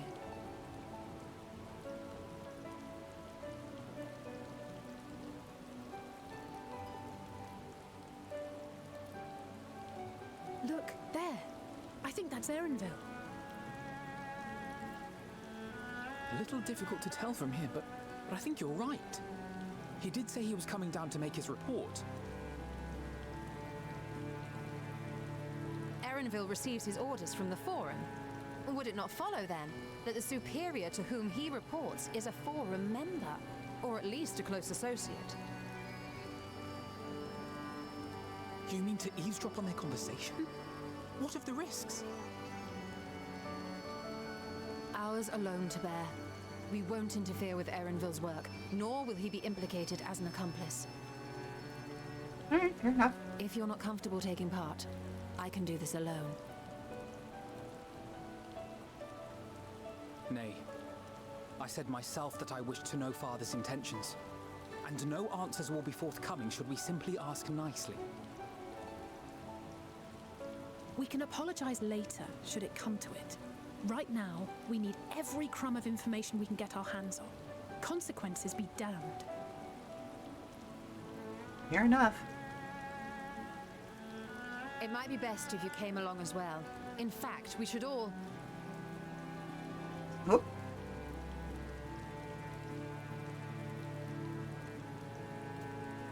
I think we might have lost Cryle. Cryo?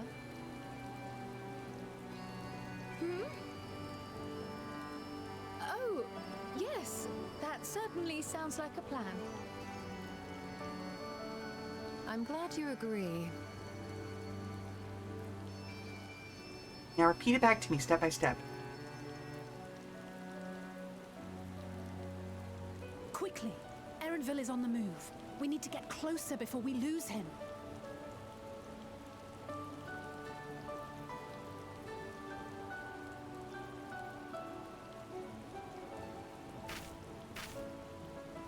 Almost.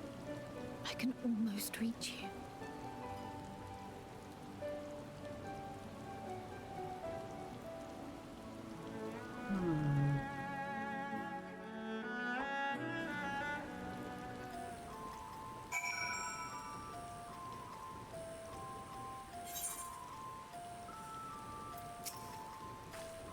Is Cryle still feeling unwell? I mean, she's standing right there, but you can just ask her. Never seen her so distracted. Keep an eye on her, but keep moving too. You cannot let our quarry slip away.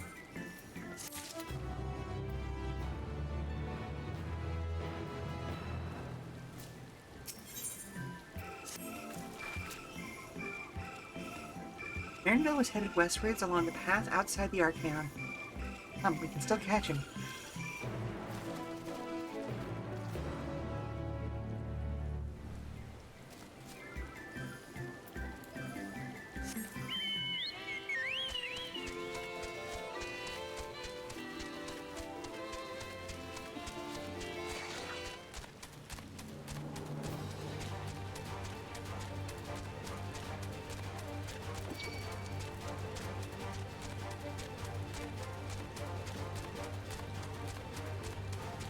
I don't like what you're doing with your stingers there, buddy.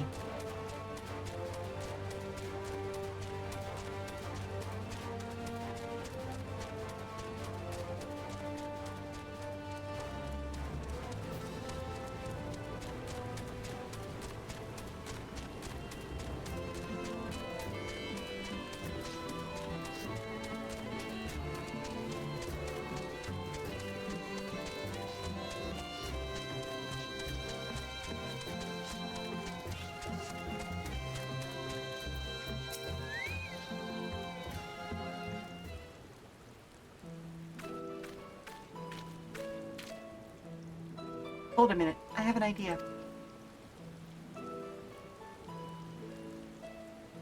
If memory serves, that colossal wall-like structure is the Logisticon Beta, one of Labyrinthos' climate control centers.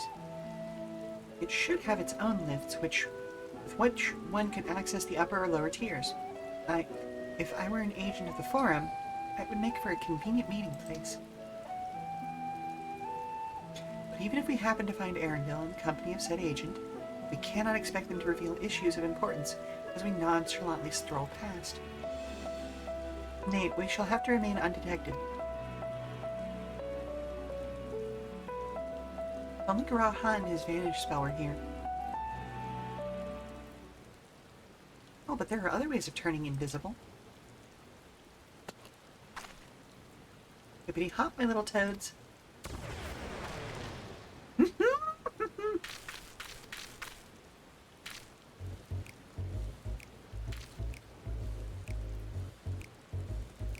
Oh, I love this music. We're on a froggy stealth mission.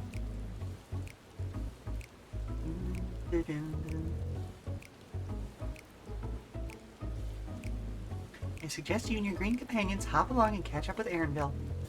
Should you feel the magic's fading, return to me and I will refresh the enchantment.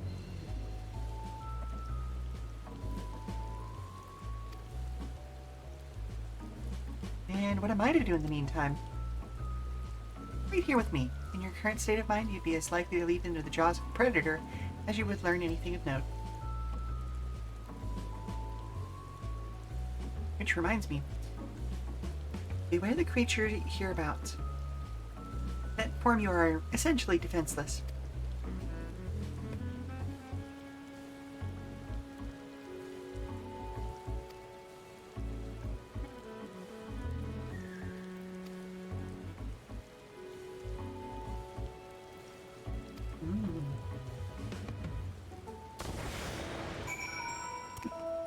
Oh, goodness gracious.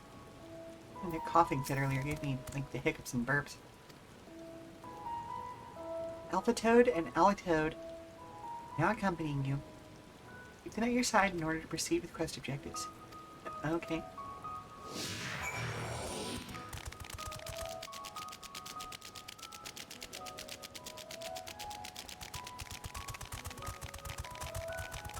Okay, specialty footsteps for this are fucking hilarious and truly good.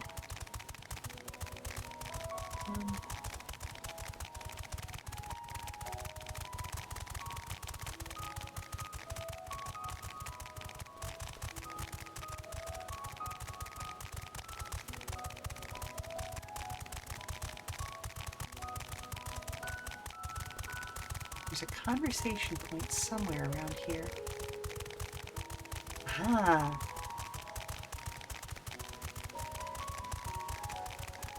Well, these frogs are booking it.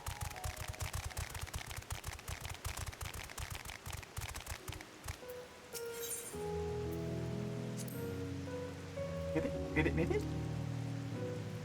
Alpha Toad attempts and fails to shake his head, but you nevertheless understand that he's telling you that this is the wrong way.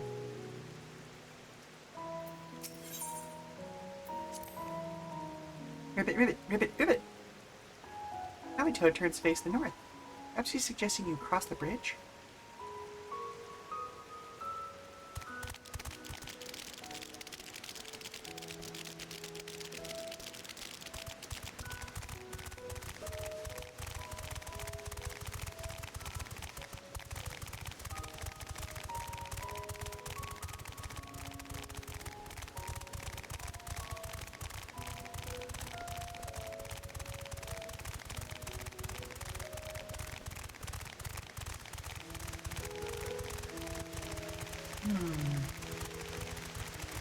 Ah.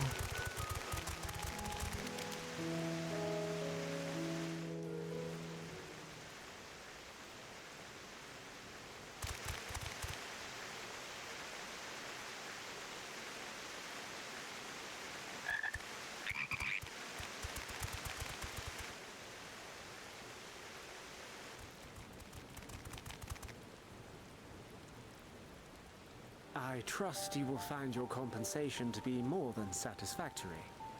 We wish to make clear that we are pleased with the efficiency and thoroughness of your work. So much so that we have come bearing new tasks in need of your competent hand. Oh?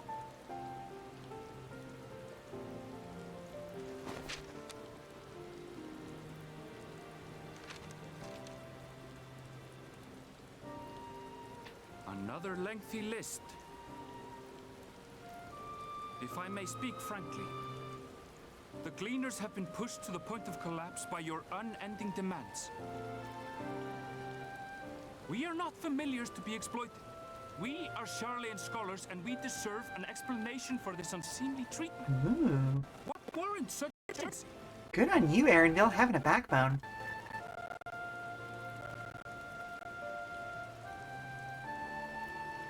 In an age long past, Charlian was charged with a momentous duty. And now that word of the final days hangs heavy in the air, the time has come for us to fulfill that charge. I can say no more, but I promise you this. All will be revealed in due course. And when it has, you will understand that your toil was in service to the greatest good. Interesting.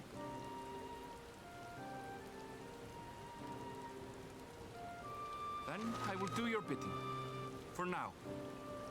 But unless you wish the Gleaners to rise up in protest, I advise you to offer tangible improvements for our working conditions. Your promised revelation does nothing to address present circumstances. Completely valid. A fair point. Your concerns will be conveyed to the Forum.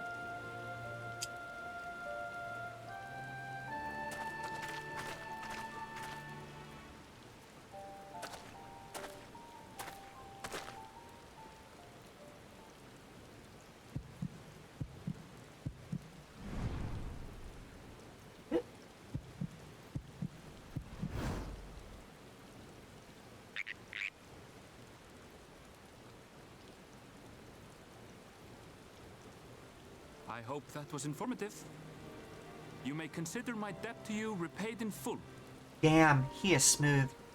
While I do have my reservations about the Forum, I want to believe that they have our best interests at heart. Which is why I'm reassured that you're busy sniffing out the truth of things. We can ill afford to place all our eggs in one basket, this master plan of theirs, without first understanding the risks involved.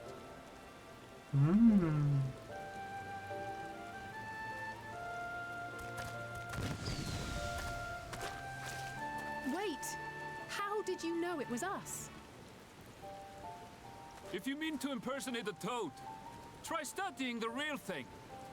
And don't try to fool an expert. Alright, yeah. I get it, Moral Compass. Arendville's cool.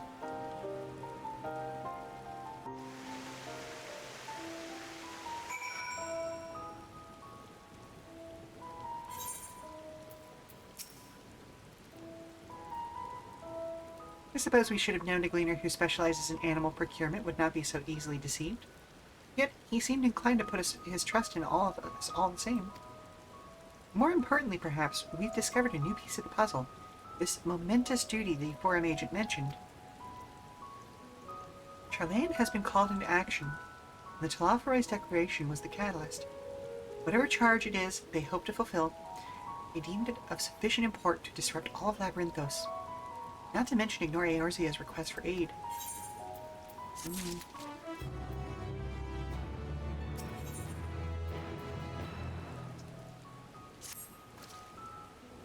What duty could warrant the direct involvement of the Forum and the commitment of all its resources?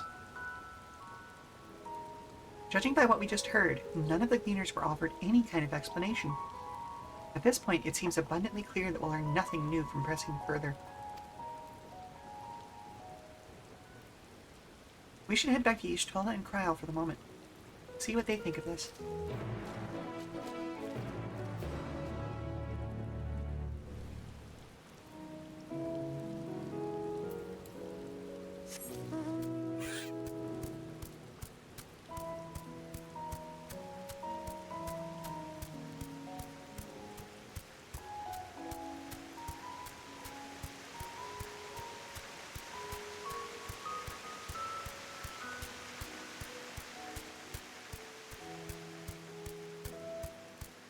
So I'm fairly certain the critters back there were supposed to be yak cows, because yak and cow is funny.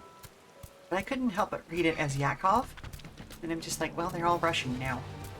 Look at all these Yakovs.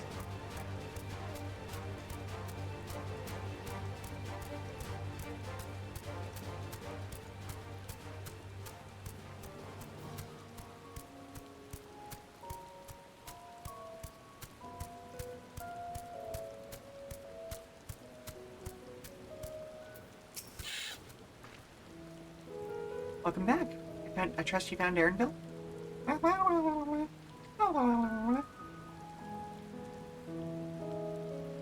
Interesting. I had a feeling you'd learned something important, even if that something was simply a confirmation that no one knows much of anything. We should share this with Kryl, and then discuss how we'd like to proceed. Assuming we find her back at the farm. Still behaving oddly, so I made her return and rest there. Perhaps not the best decision in hindsight. Would you mind checking near those flowers she was so entranced by? The rest of us can survey the more distant areas, just in case she decided to wander.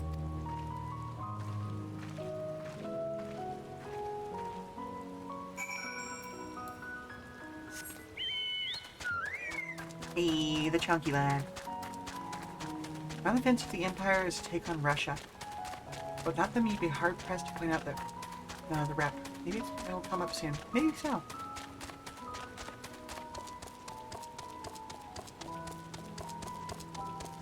Like, if it weren't for how French the Ishgardians are, I'd probably point it at them. Just considering the environmental stuff. But I do think, I don't know, that... The Garleans are... I don't know. I could see them being an homage or a nod to Russia. I could also see them being more focused towards like being a pastiche of the USians. Because I mean, think about it. They're a fairly young culture comparatively. They don't have the magic of the other cultures, so they focus down on technology and use it at the detriment of the environment around them. Sounds pretty USian to me.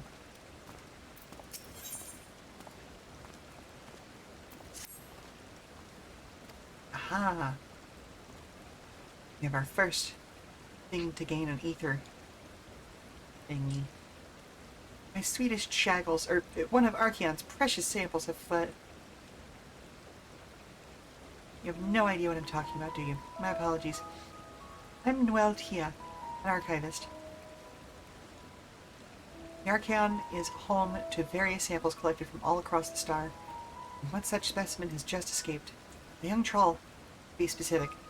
Oh, I hope he hasn't been set upon by the local predators. Listen, I promise to compensate you, so could you help me retrieve the specimen? Of course.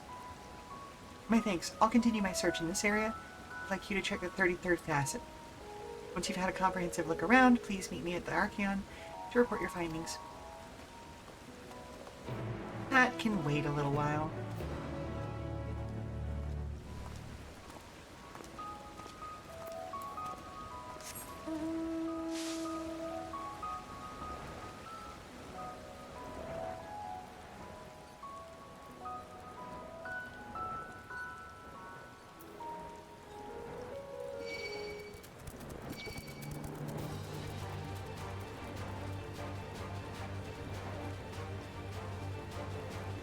There's Kryl.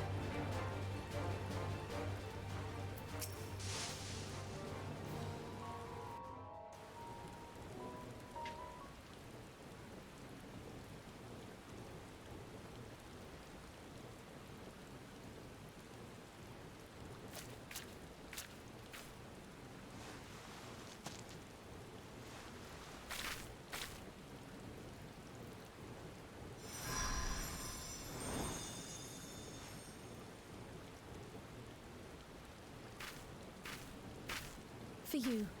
The spell will keep it from wilting. Oh? She said you would need it for the journey ahead.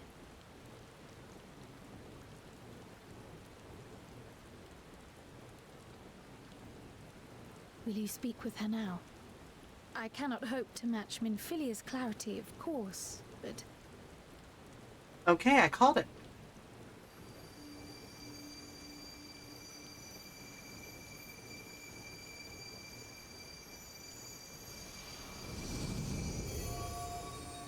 Thank you.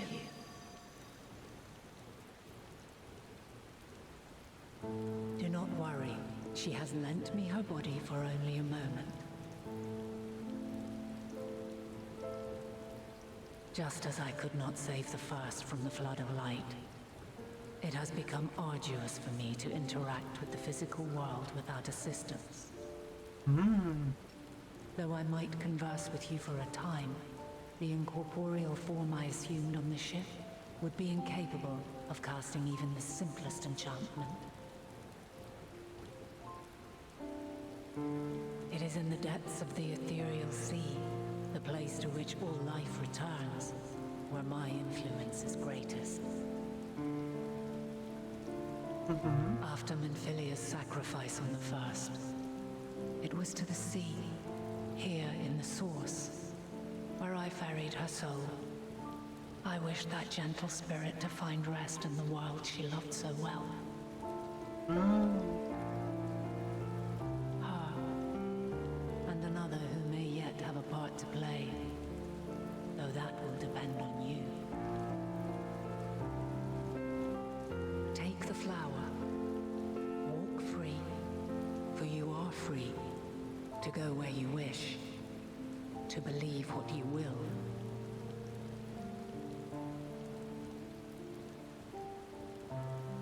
That bloom will be your guide, test and proof of your conviction. In darkness, seek joy. Surrender not to sadness, and see beyond despair. Walk free, and bear the light for others to follow. Together, raise it aloft and let it shine, till the end, blinding and radiant. So this could be interpreted as Heidelin saying she doesn't need worship, but also as a call to a special form of worship for her. That was... There's a lot of layers going on here. too brief. Already she seems so far away.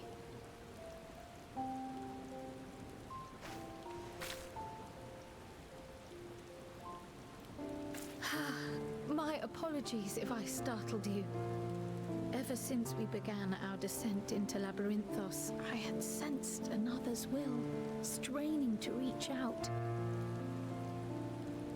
Even with my particular talents, though, I was unable to make a connection. I hate to interrupt your stream, so my little flower, but No, there's you're a fine. customer issue out front. Oh. Little issue, big issue, what are we talking about? Just the former. Okay, well, yeah, give me just a second to finish this up and I'll be right with them. Once I took hold of that wispy thread, imagine my surprise to discover it was Heidelin herself. Needless to say, it seemed wise to learn what we could before letting go.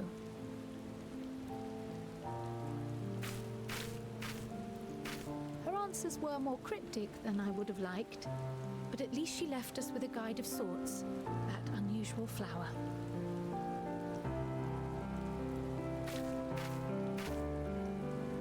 Yes, we are definitely making progress.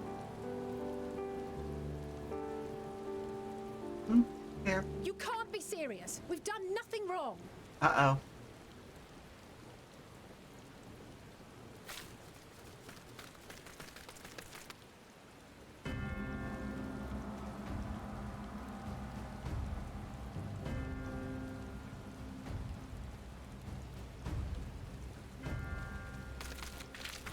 Master Fortuno, what business has the Forum with us? Obstruction and suppression, apparently. Mistress Baldessian. Our records show you facilitated the Scions' entrance into Sharlian by claiming them as assistants for your organization. That is true. We are aware of your investigations.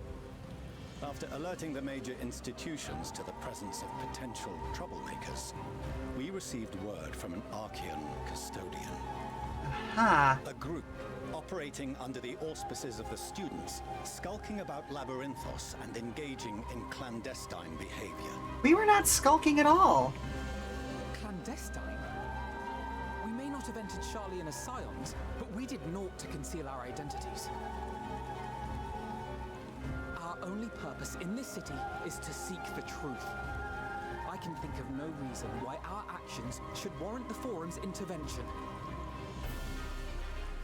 It is not our way to discourage the pursuit of knowledge, but the timing of such pursuits must be considered, not to mention their potential impact. With the world in chaos, we, the true caretakers of wisdom, have committed ourselves. Y'all keep using that word. I don't think he means what you think it means. Utmost discretion. And we will not risk its success by turning a blind eye to disruptive foreign elements in our midst.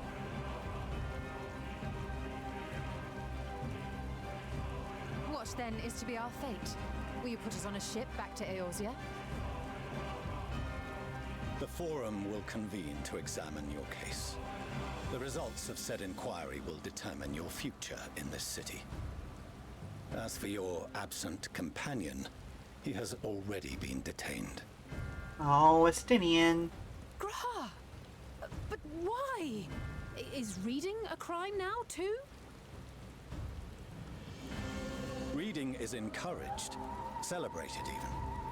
Not, however, of the volumes shelved in the restricted section of the library.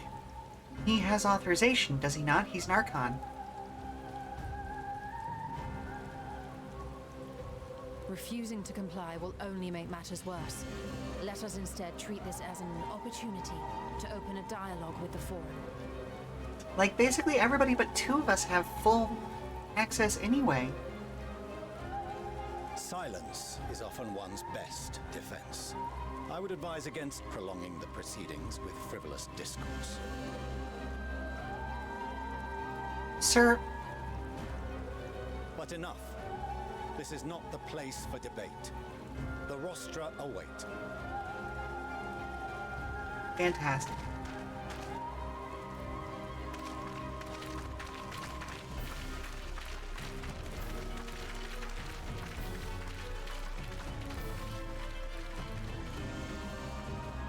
Well, I'm glad I'm not the one who was actually speaking in the game, because otherwise I would have blown our last, I guess, agent's cover.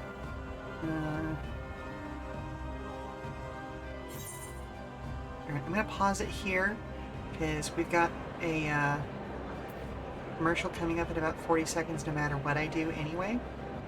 So, yeah. I'm just gonna pause it here, and yep, there's Garaha. Eventually we'll reach a point where somebody says something. Forgive me. There we are. Okay, I'm gonna step away, see what this customer needs. We're gonna do the commercial break, all that good stuff. Stand up, stretch. We'll be back soon. Alright, sweetie, thank you so much for waiting. Can you tell me more about the issue?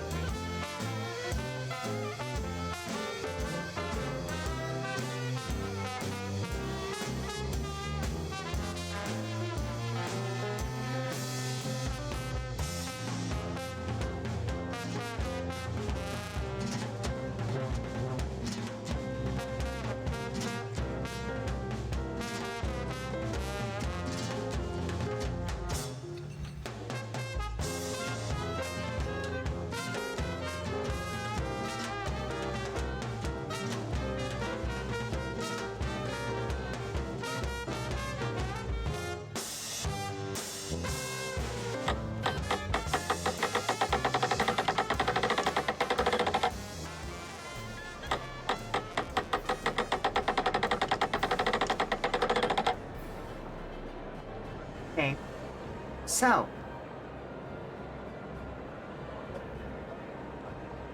Remember how at the top of the stream I mentioned that our special today was bacon sandwiches? Maybe don't get upset when there's bacon on the bacon sandwich. Just seems silly, right? Just, anyway.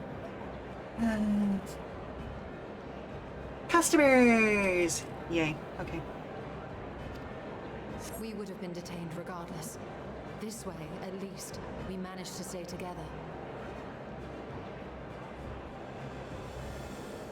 I trust your time within the Forbidden Archives was well spent.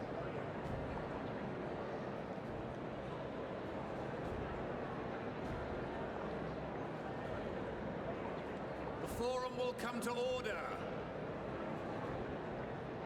This inquiry is now in session. As Speaker-elect, I will be presiding over the day's proceedings. Master Fortuner, would you be so kind as to restate the matter which compelled you to summon your colleagues with such urgency?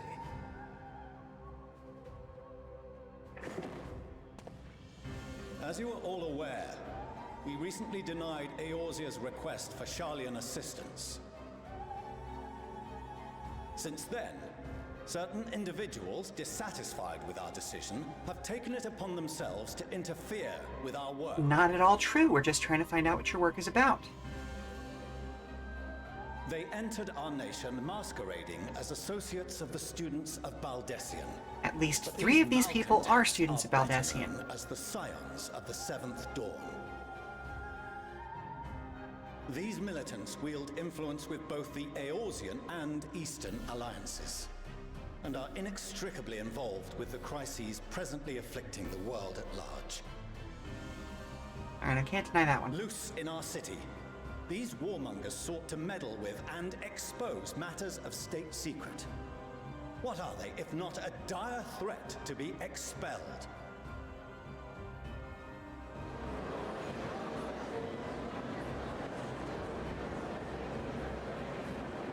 You have tarnished the good name of the students. Galuf would be ashamed. Fucking excuse me? Galuf Baldessian was never one to forsake his fellow man. Even if this nation closed every door and retreated from the world, he would have found a way to help the Scions, help every soul of this star fight back against the coming doom. I forgot that her haircut was so cute.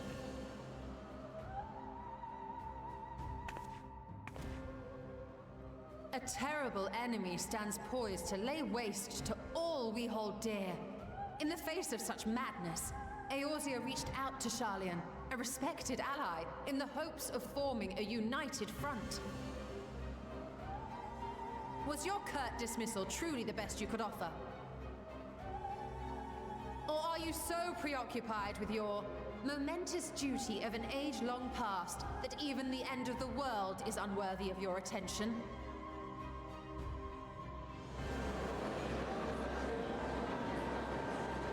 Whence came this revelation?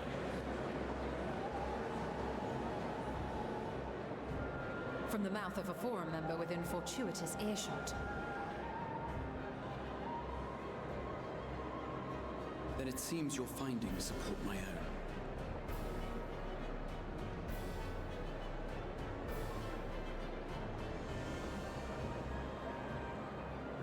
The reason I visited the restricted shelves was to study records of the Forum's policy-making process, to better understand the historical trends underlying their most major decisions. At first glance, Ooh, yeah, governments don't like it when you do that. positions of neutrality in war and the accumulation of knowledge above all else appear constant and consistent, the unchanging pillars of Sharlayan society. And once upon a time, I might have left it at that. These days, however, I am more attuned to the subtleties of governance. Well, yeah, so 1,000 years running a government will do that. Odd.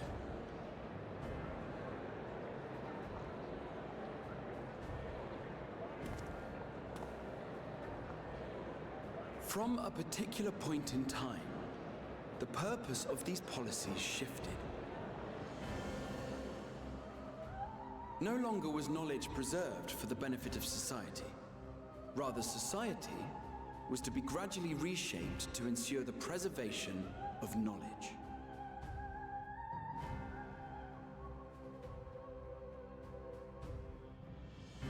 The most conspicuous and telling change was the one which befell Labyrinthos.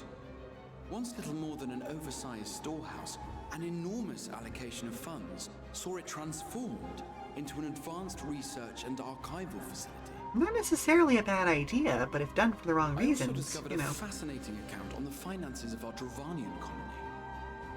The settlement attracted students from far and wide, and the connections and tuition fees thus acquired were funneled into further improvements for the archives. Interesting. Now, there is no question that our nation's progress is tied to the acquisition of wisdom. Nevertheless, the vast resources diverted for this purpose borders on the obscene. But returning to the matter of when, our change in course appears to have been made some 270 years ago.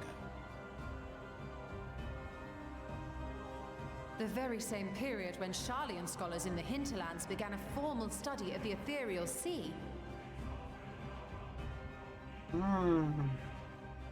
You found something, did you not?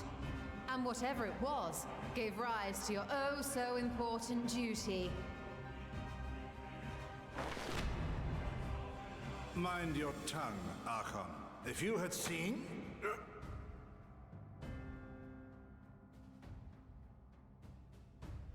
Oh, buddy, we have seen more than you can Yes. possibly imagine. We are bound by a duty we cannot ignore.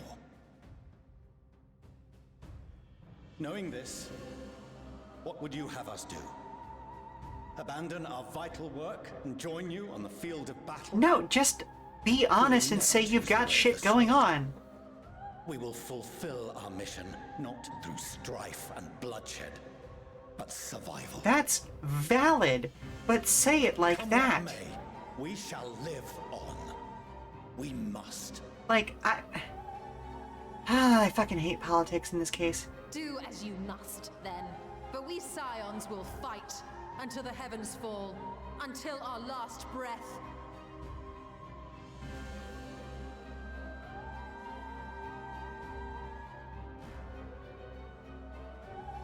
Such misguided zeal. Fuck off.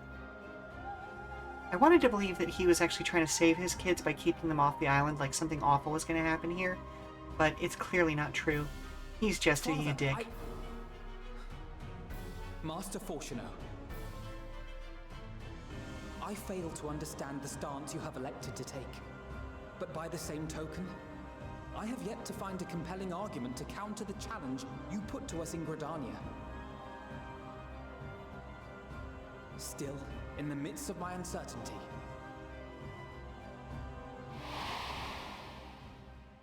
I must trust in myself to do what is right, as others have chosen to trust in me.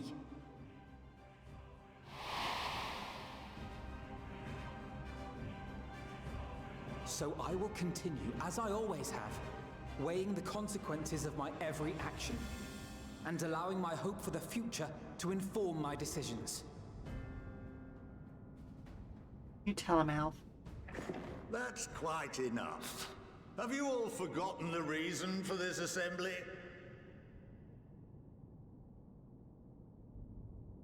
Skolok Monteshane. He's the head of the studium and an old friend of my grandfather's. Oh? Honestly, every discussion devolves into some interminable debate. Terrible habit. Let's return to the topic at hand,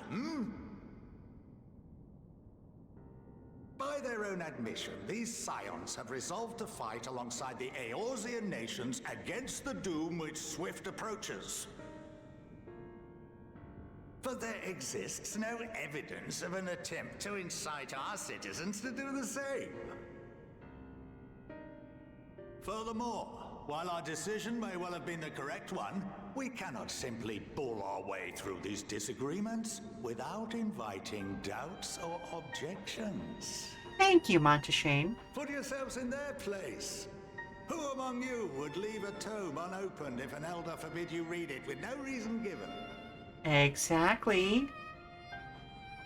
Now, if we're to quell further discontent, then we must conclude this matter with a fair and even hand. Thank you.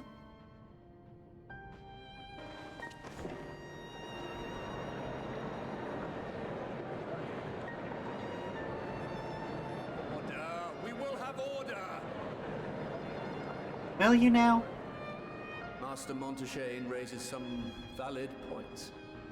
Keeping such concerns in mind, I propose we enforce the following measures. Until further notice, the students of Baldessian are to cease any and all activities within the domain of Sharlian. Okay, can you define the limits of that? You will also refrain from any further investigation into the Forum's decisions and duties. Failure to comply with these restrictions will result in the immediate expulsion of your Scion associates. That part's valid. I can agree to that. Let us put this judgment to a vote. All in favor, raise your hand.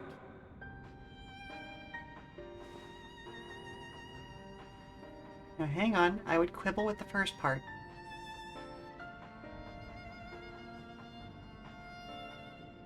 I note that it's not unanimous, however.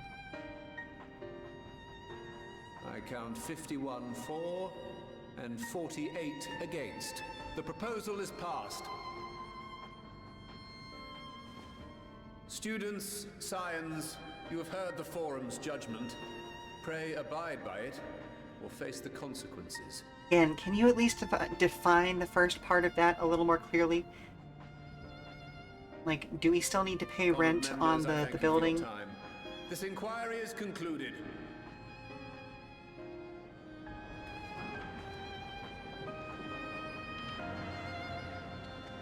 Oh, I hope they snubbed their father on the way out. Oh, I hope he wants to try and say something to the twins and they just, nope, not talking. He has done nothing to deserve their attention. Well, at least we've been allowed to remain in the city, and our endless investigations have not been in vain.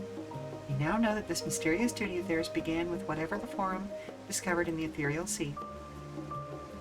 With our freedom so sorely curtailed, however, we must struggle to learn aught more of substance here in Sharlayan.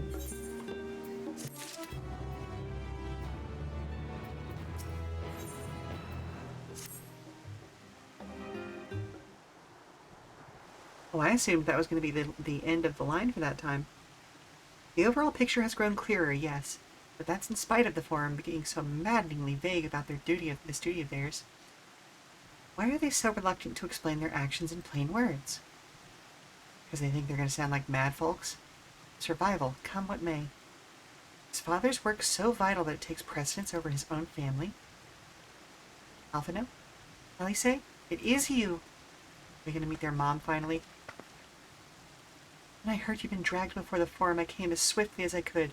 I'm so very glad they allowed you to stay. Mother?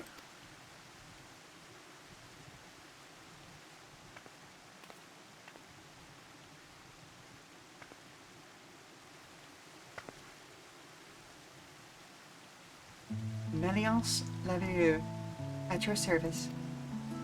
The new fine people must be the scions of the seventh dawn. How lovely it is to finally meet you.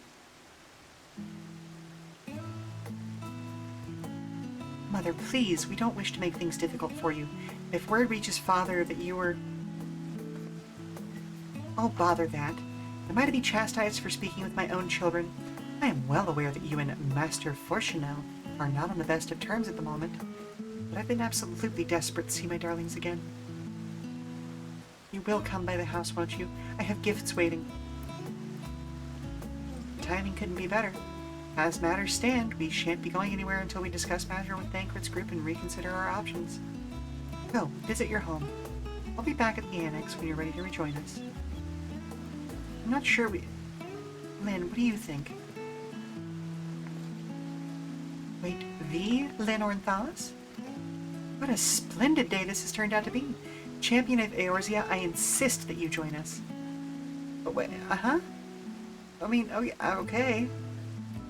We must be quick about it. Not for my own benefit, but should my husband return and find you enjoying our hospitality, the servants will be made to suffer the consequences. Lynn, if you'd be so kind as to escort my children to the estate. And then she was gone, and with her any opportunity to protest. Indeed, the matter is settled. Enjoy yourselves, you three.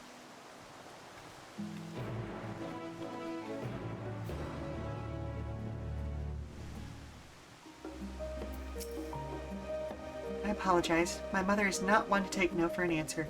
Still, I am glad, relieved even, to see her in such high spirits. What say you, Lynn? Though it seems we shall have enough time to enjoy it, will you accompany us on our visit home? Fine. If we're going, then let's get it over with. Be sure to stay in the entrance hall. No peeking into our private chambers, thank you very much. However not. Your room is always perfectly neat and tidy. Everyone has things they'd rather keep to themselves, don't they? Cherished mementos you couldn't bring yourself to throw away, childhood toys. I mean, never mind. Lavalier estate is that way. Straight down the stairs. Come on.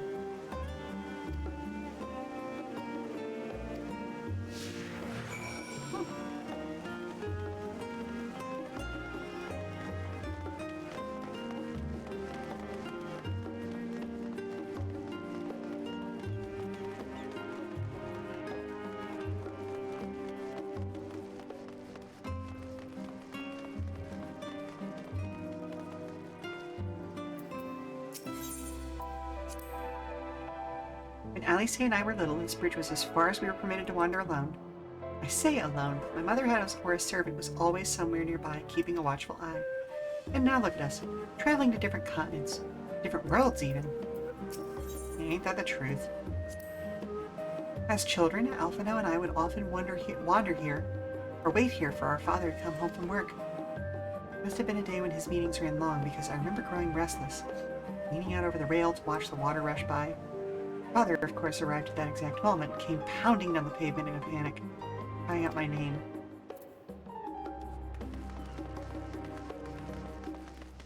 It really and truly does make me wonder if he doesn't expect something awful to happen. Like that Charlene is doomed, and that's why, and like, I want to believe in my heart of hearts that he wouldn't be cruel to his children with no reason, but still. Oh yes, this is where I first practiced magic on a real, actual person. Alice had fallen, you see, and scraped her knee quite badly. I tried casting the simple restorative spell I'd only just learned. She smiled when the wound closed. The joy and relief, that was, I believe, the very moment I chose the healing arts as the main subject of my studies. I used to come here all the time with grandfather. In summer, I would dip my hands and feet in the fountain and splash about. Not Alphino, though. Even back then, he wasn't very fond of playing in water. We'd make any excuse to avoid it. Which would explain how I came to swim like an auk and he sink like a stone. But he's learned now, hasn't he? Or does it not work when you're actually in your body?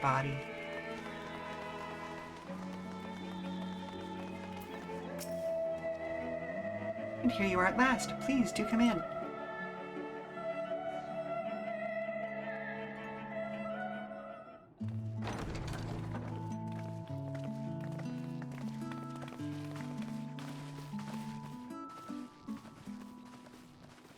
Oh wow, look at those snappy uniforms.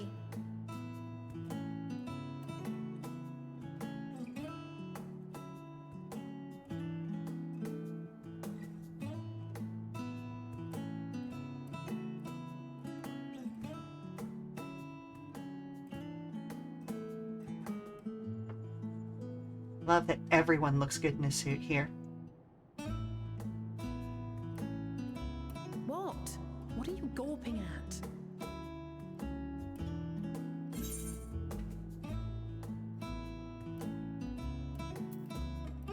Just admiring the craftsmanship.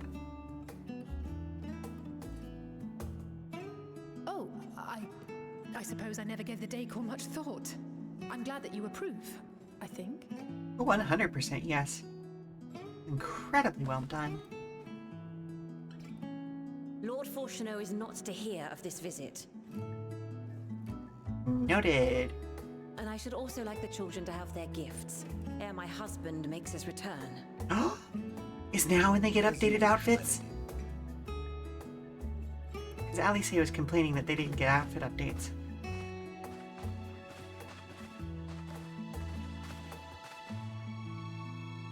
Master Alphino, Mistress Alice, if you'd accompany me upstairs. We shan't be long.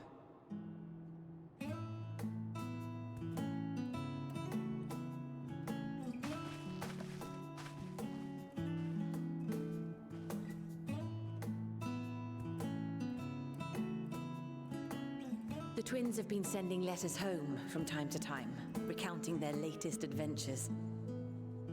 I am sure they withhold certain details, of course, if only to keep me from worrying. Yeah, that is fair. Yet a mother worries all the same. In the early days especially, I tried to support them as best I could, sending the Scion's coin and other such donations. Oh, we appreciate that. Thank you.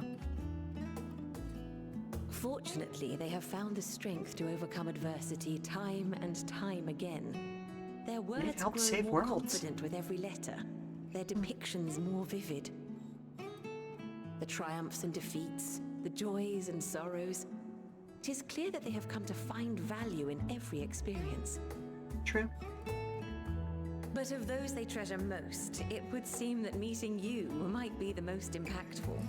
Why, since that fateful day, I do believe there has not been a single missive in which you were not mentioned by name. Oh, goodness gracious.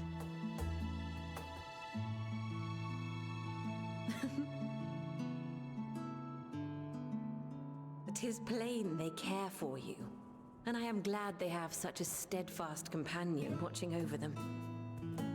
Glad I could assist. Under normal circumstances, I would offer you tea, but alas, these are anything but. Understandable. In any event, why don't you keep me company whilst we await my children's return? Perhaps you might regale me with a tale or two of your exploits.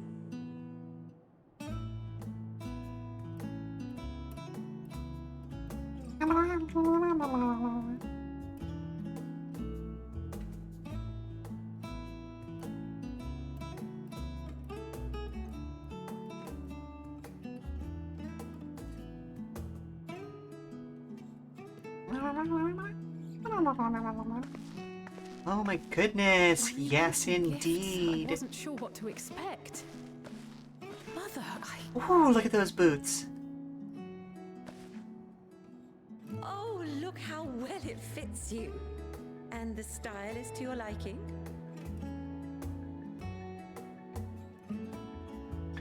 Oof. It's perfect. Exactly what I would have chosen.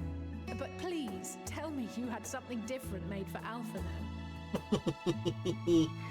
Nope, exactly the same. You are hardly little children anymore. Oh, that's fair though. And while I shall miss dressing you in those precious matching outfits, I must respect the individuals you have grown to become. Honestly, better than a lot of parents of twins that I know IRL. See for yourself. Like, I escaped that fate if simply because how different the personalities of the kids are. Thank you for the splendid clothes, They just, Mother. I cannot dress them all the same. They do too many Comfortable different things. And eminently practical. Oof. Alphino, that is a I'm so snappy little glad you outfit. like them. They are, however, missing one final touch.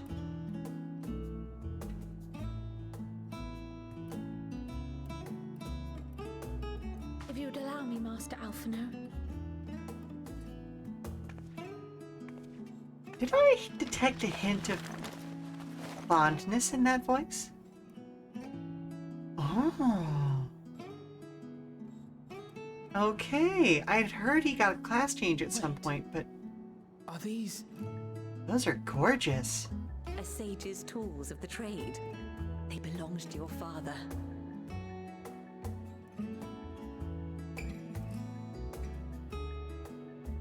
Though he may as as well be chained to his desk these days. As a student, he was often called upon to venture into the field. He wielded those armaments, both to heal and to harm in no few battles. None so fierce as those you two have braved, perhaps, but battles nonetheless. Thus did I pull them out of storage, to show you that he was not always the man who stands in vehement opposition to you now. Fair. And also because it would be a terrible waste of ridiculously expensive House Leveilleur commissioned artistry. Wink.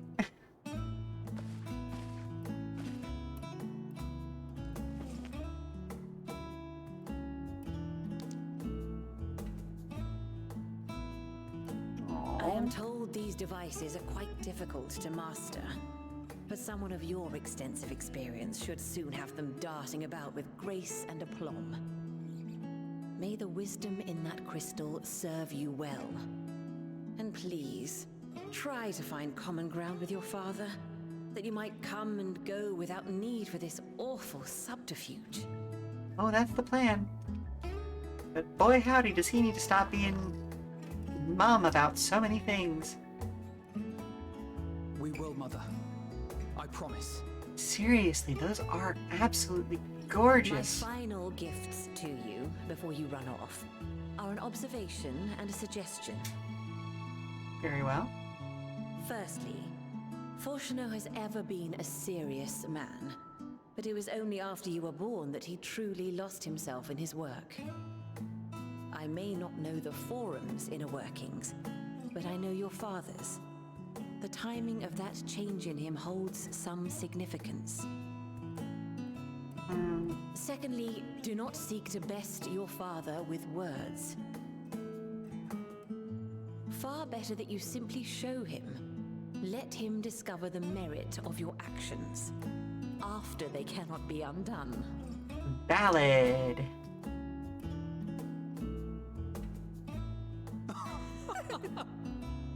As much as I hate it, sometimes it genuinely is better to seek forgiveness than ask permission. We shall take your wisdom to heart. Thank you again for these gifts, and farewell for now. Safe travels, my children. Eat well, stay warm, and keep your friends close.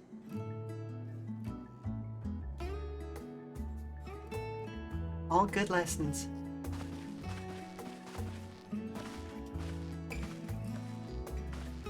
Yep. I can show him the ropes. I'm a red mage right now, but also a sage.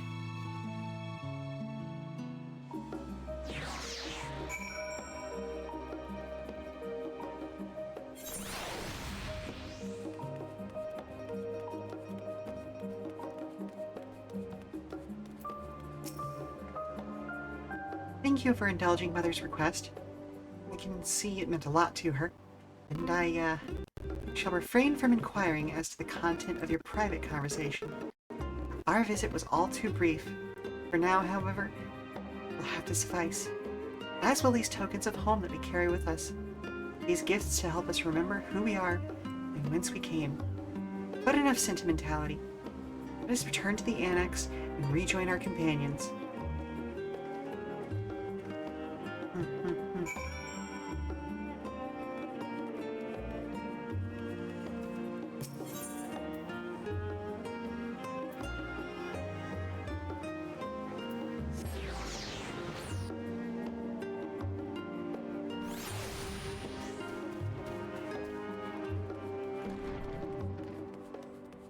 Okay, this should be the finish up of this branch. Which means we can just get like 1 or 2 missions of the other branch in before the end of the stream today. Enjoyed your time with the Leveilleurs? I hope. I would ask how the twins fared, but their new outfits tell the tale. I only hope that we can help them to reconcile with their father. They might return home one day with their heads held high.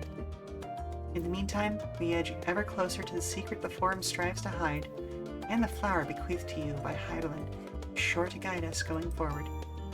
I'm confident that once you've scouted out the situation in Thavnair, we'll be well equipped to plot our next move. Yep, there it is. Alrighty, let's go see what's going on with Thavnair.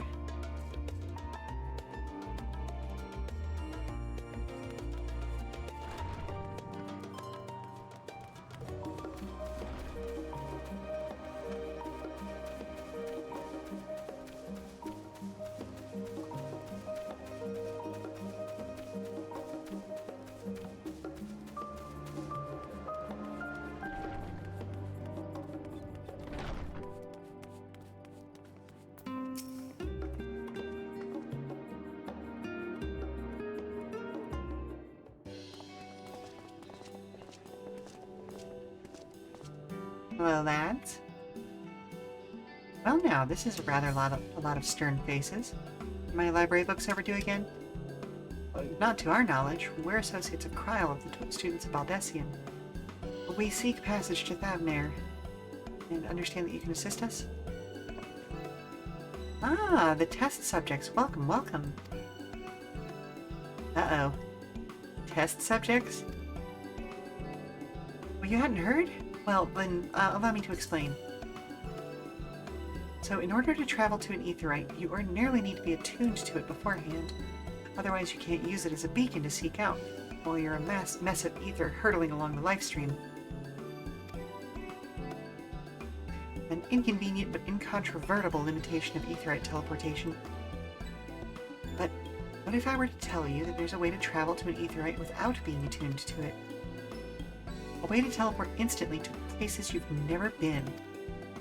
For long years, we've labored to make such travel possible, that people might move more freely. And we've finally done it. We've created a new kind of aetheryte that doesn't require attunement. Truly? Well, that changes everything. Well, my language may have been a bit misleading, but the user need not attune to these aetherites, but aetherites themselves must have been pre-attuned to each other, thereby facilitating travel between the 2 points. But it just so happens that of our first test pair of aetherites, one has been installed here in Sherlian, and the other in Yedlamad, port town in Thavnair. As you may know, our nation has long maintained strong ties with Radzat Han, and indeed, we owe much of this breakthrough to the contributions of their alchemists. So, to sum it up, we're to test these aetherites? How fortuitous. For you. I should mention that an accident has impaired my ability to channel ether. Will this be a problem? Not at all. As a matter of fact, you might say that these aetherites were made for people like your good self. The magics imbued within will whisk you away without any effort on your part. Oh. A veritable dream come true. And far be it from me to worry about such things, but do we have permission to make use of your shiny new invention? The only permission required is yours, so assuming you're willing, we're all set. It may come as a surprise, but we actually struggle to find test subjects. Most people seem to have an unreasonable fear of their souls gradually disintegrating as they drift helplessly in the live stream, in the statistically unlikely event that something goes awry. But it's plain that you aren't most people. Mistress Kryl truly knows how to pick 'em.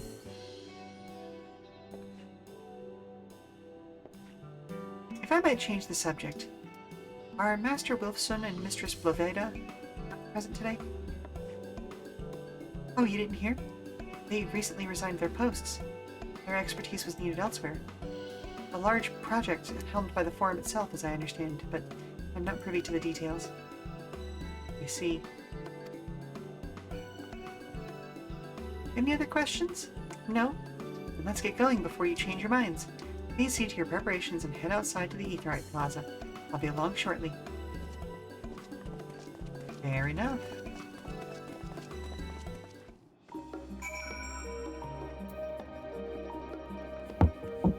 Hello? The fire girl's bug inside again. Okay, did he let it loose or does he still have a hold of it? It's in a jar, but Lynn's looking at it like it's candy. Of course she is. Alright, I'll be there to help in just a moment. Alright, I gotta go make sure that the littlest one doesn't eat another bug. Alright, we'll be back in about 5 minutes. We've got a commercial break coming up soon anyway, so I'll go ahead and run that ad now. And then we'll come back for our last section of the day's stream. Alright, be back soon. Alright, what color is it? Blue. Oh god, is that a good one or a bad one?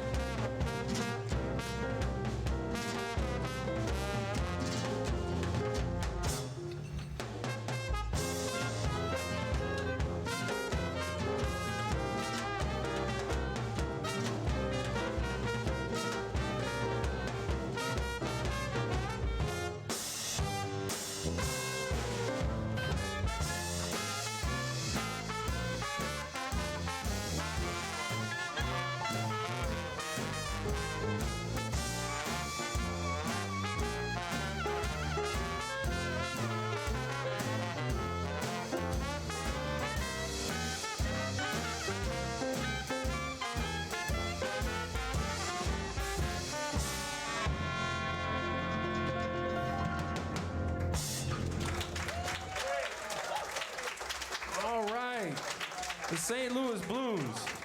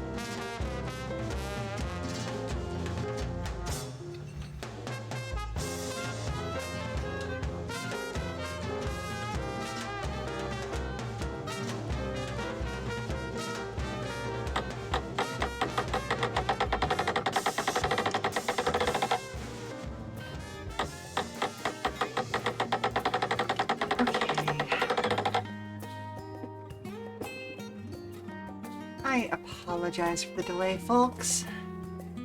Whilst away, I got caught up in something else. All problem solved now, but you know how it goes sometimes. So, let's do this last leg, and at the very least, we're going to get to Radz at Han and see how far we can get before we can send you off somewhere else.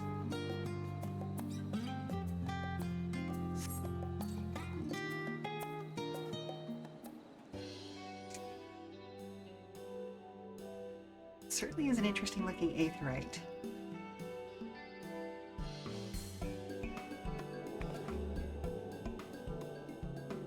Right, we're all set. Just the four of you, was it? Mm-hmm. 3. I'm already attuned to the crystal in Thavnir. Oh, right. You are? Oh, I would have preferred more test subjects. That's what it is. Oh, well, never mind. If our 3 travelers could line up here, please.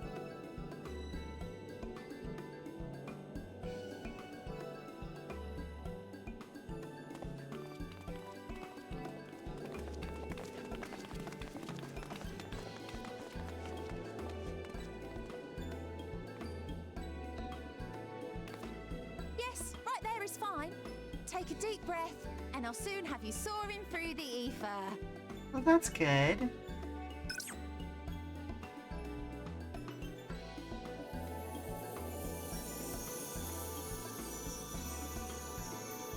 Oh, and one last thing. You might experience a teensy-weensy touch of violent ethereal sickness. Okay, well, you could have mentioned that beforehand, lady. What?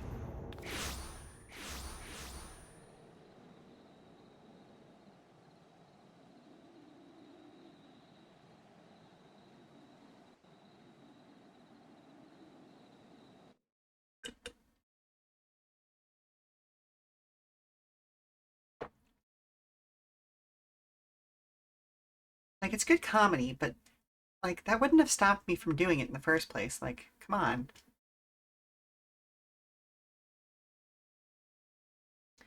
I guess it's time to barf up a rainbow, though. Maybe. We may eventually reappear.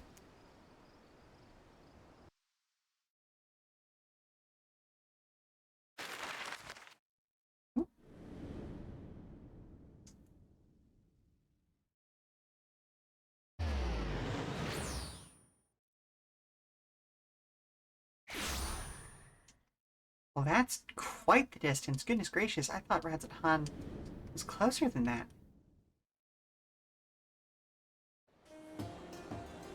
Thavnir, home to city-state Radz at Han.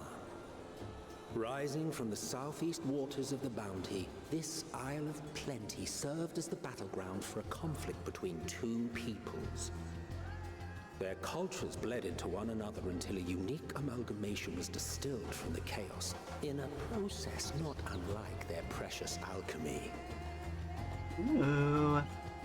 Once solidified as a single nation, an adamant stance of neutrality would hold invaders at bay.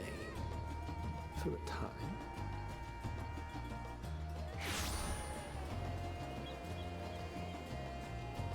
Now across this vibrant isle creeps a fog of malice.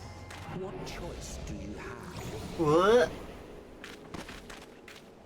What? Here come the rainbows. Oh no. What chance?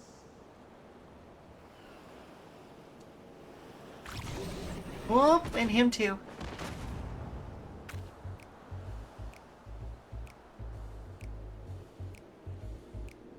Against such an insidious foe.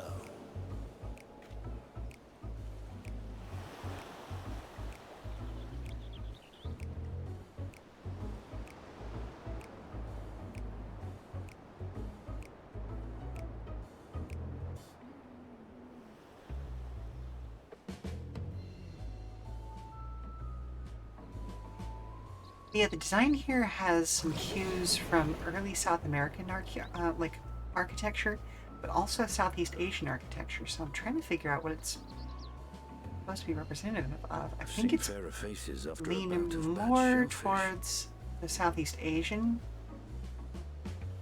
but again, it's kind of hard to tell. Like the peacocks Let me and bring all you that something would to definitely drink. say Southeast Asian, Should and help like settle your bellies. particularly like SEA in like the islands regions. Okay, which would make sense. This is an island nation, so yeah, okay. I've talked my way into what I think this is. There was a note with Kryle's instructions. Oh yeah?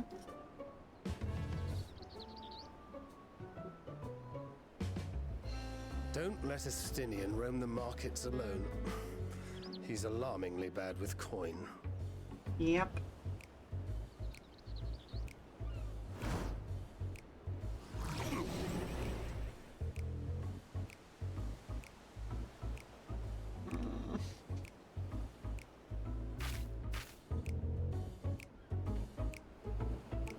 Me too. I'm starting to think I ate something bad.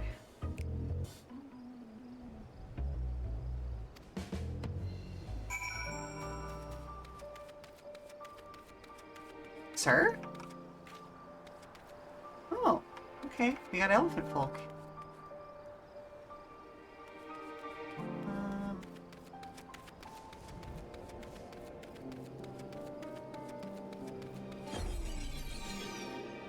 Oh no. Stinian, stop! At least only spend your money. Need 3 drinks. Something that helps with ether sickness. By the Manusia, a traveler. I mean, greetings. You are wise, good sir, to come to me. My special amrit lassi, made with only the finest and freshest ingredients, is famed for calming unruly bellies. By way of warm welcome to Thavnir, I am pleased to offer it to you for the low price of 19,800 gil. Not 1, not 2, but 3 bottles. A bargain amongst bargains.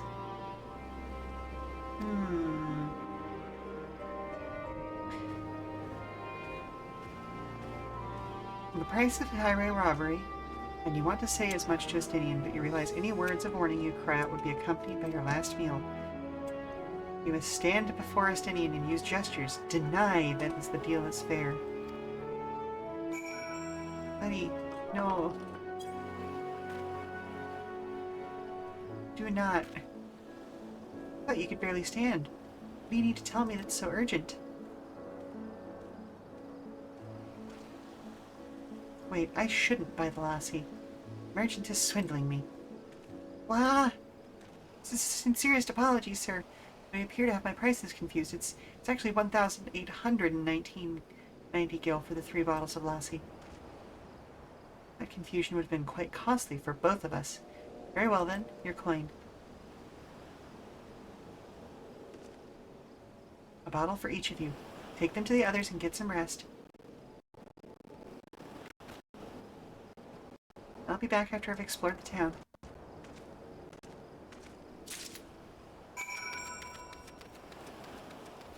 Oop, there it goes.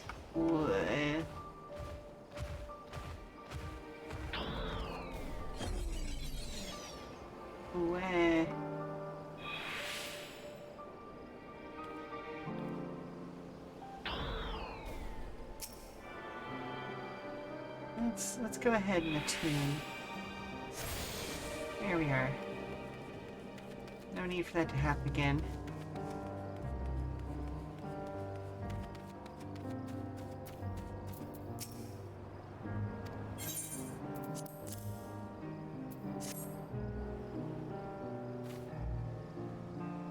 Praise be to the 12. My stomach doth loosen its death grip. My heartfelt thanks to the Anastinian and to the fine fruits of this land. You were in time? Excellent. You've spared us Tatara's wrath.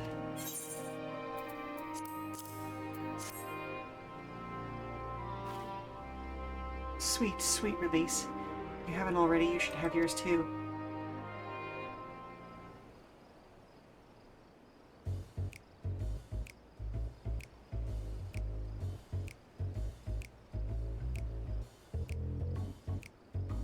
I'm ready to get on with it. Lassie truly worked wonders. Back on your feet, I see.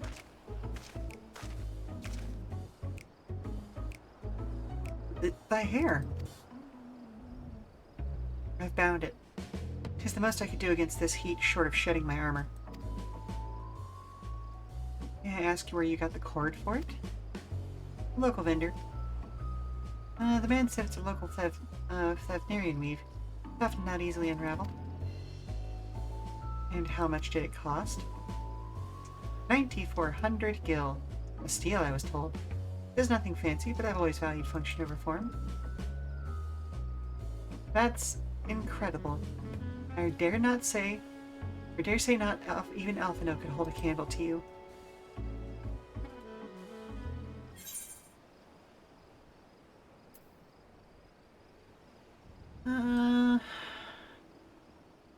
Not uncommon for merchants to set their prices high, but doesn't it seem excessive here?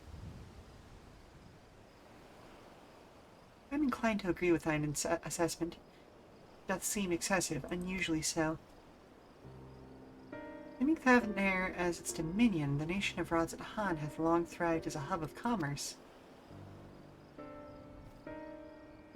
In the beginning, there were the Arkasodara, Matanga tribe, indigenous to the land. Over time, they came to be joined by other races, and through their intermingling, a culture rich and distinct did emerge. From alchemy to textiles, the products of Hanish culture have come to be celebrated and coveted the world over, a development only aided by the nation's prime location as a waypoint betwixt east and west. All of this hath combined to making a trading power of Rods at Han, yet such a status cannot be taken for granted, and it must needs be maintained through judicious governance and stringent regulation. Neither of which I see any evidence of, given that merchants at a gateway town are free to fleece hapless travelers and tarnish the reputation of the nation at large. Just so, that opportunistic pricing is rampant doth suggest an oversight, is much weakened, or mayhap the people have fallen upon hard times. Whatever the truth may be, it would be prudent to ascertain the current state of affairs. Prudent and practical, aye. We've not to lose by learning more. So, ere we seek out Kryle's acquaintance, shall we see what information we can gather here in Yedlamad? Excellent. We didn't exactly get off to a flying start, but we'll make up for it. Ooh! We got some food. Let's see, what time are we at? Yeah, we've got time for one more. Right, let's split up and make inquiries in town. Lynn, the pier is yours. Once we've learned what we can, we regroup by the Aetherite. Off-putting, though the mere sight of it may be. Ooh, goodness, excuse me.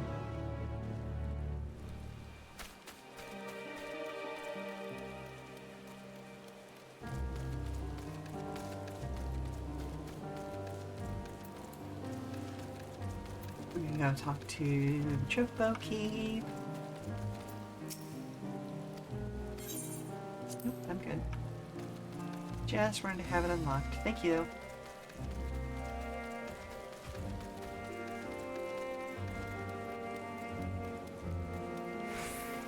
And the Gemstone Trader.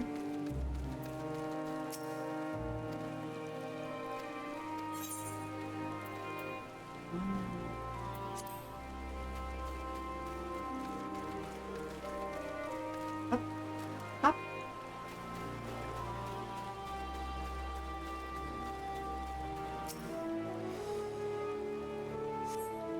It is laden with fruits, but they're on the verge of spoiling, as if they had been left too long. Uh-oh. People not being allowed to actually do their jobs.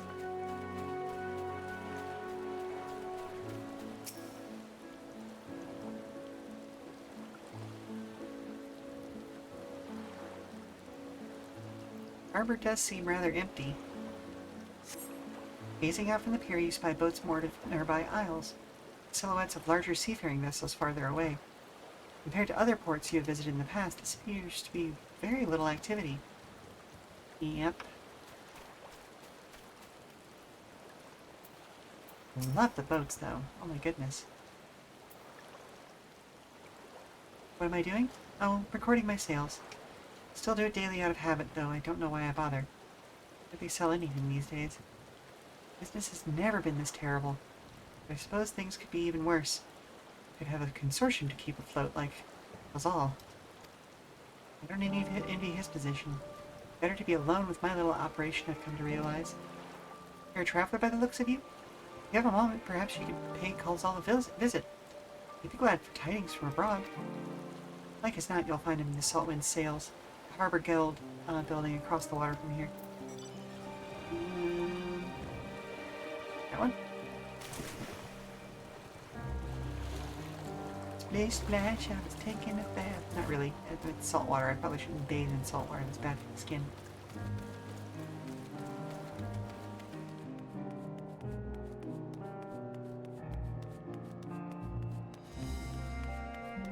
Maybe not this building?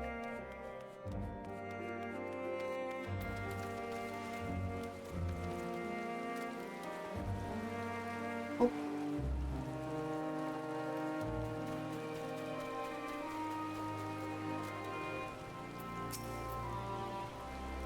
Well now, if it isn't a traveler, you're a rare sight in these unsettled times. People have been giving us a wide berth since that accursed tower suddenly appeared on Narinair. It just stood there and loomed ominously. Perhaps things would be fine after a fashion, but no. It had spawned fell fiends as well. We still have our lives thanks to the Radiant Host, but business is as good as dead. What'll become of us? Only the gods know. Oh, okay, I was in the right place, just at the wrong time.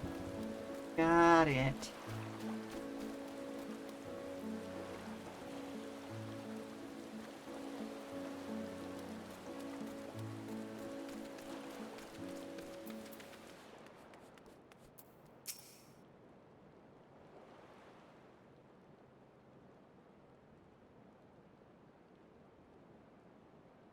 The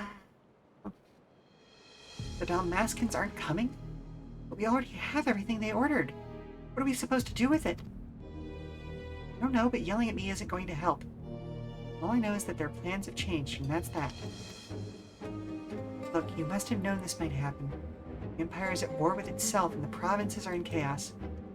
Then there's the tower sitting on our doorstep, spitting out monstrosities. The city has its defenses, but we've been afforded no protection out here.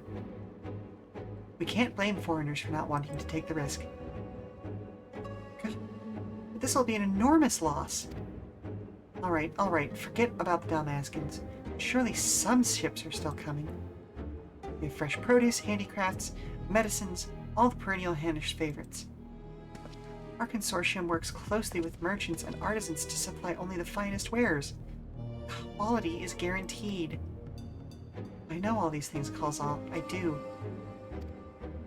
Which is why I regret to say I have nothing for you. All voyages have been cancelled or indefinitely postponed. And you are? Wait, you're a foreigner, are you not? A merchant? Please tell me you're a merchant. No, I can't say I am. See, that's a shame. I'm sorry, but we're discussing important matters. If you need something, please talk to one of the others. Excuse me. My name is Matsya. I'm here to see Calzal.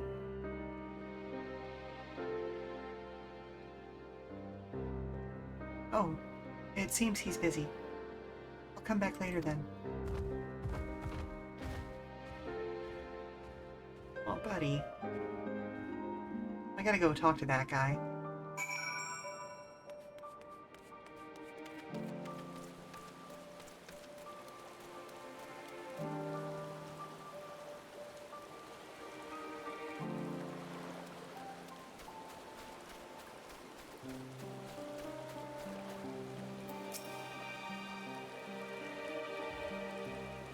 Yes? Can I help you? Well, I was just curious as to what you were up to. I remember seeing you back in the guild. You wanted to speak with Calzal too, didn't you?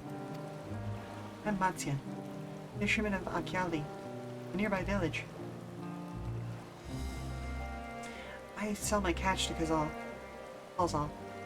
who offers it to foreign merchants, but he hasn't bought anything for a while now. When I heard that the consortium had been struggling, I became worried and decided to come and see him. As soon as he's free, anyway. He's a hard-working man, and I dare not disturb him.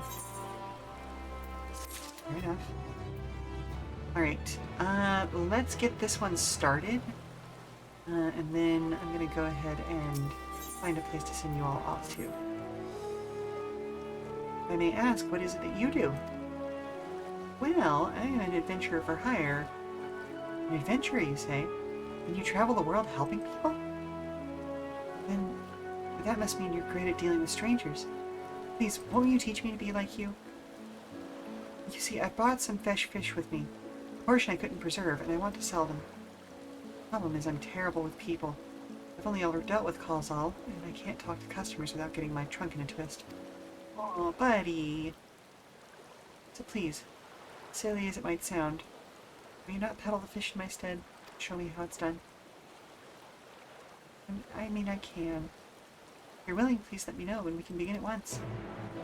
Alright, I'm gonna go ahead and do this whole thing, because this seems like it's gonna be... Oh, the events that follow cannot be skipped. Okay, thank you for the warning. So, we are in fact going to hold it there. Cool. Let's head back over to the Just Chatting screen for a little bit, and I can find a place to send you all off to.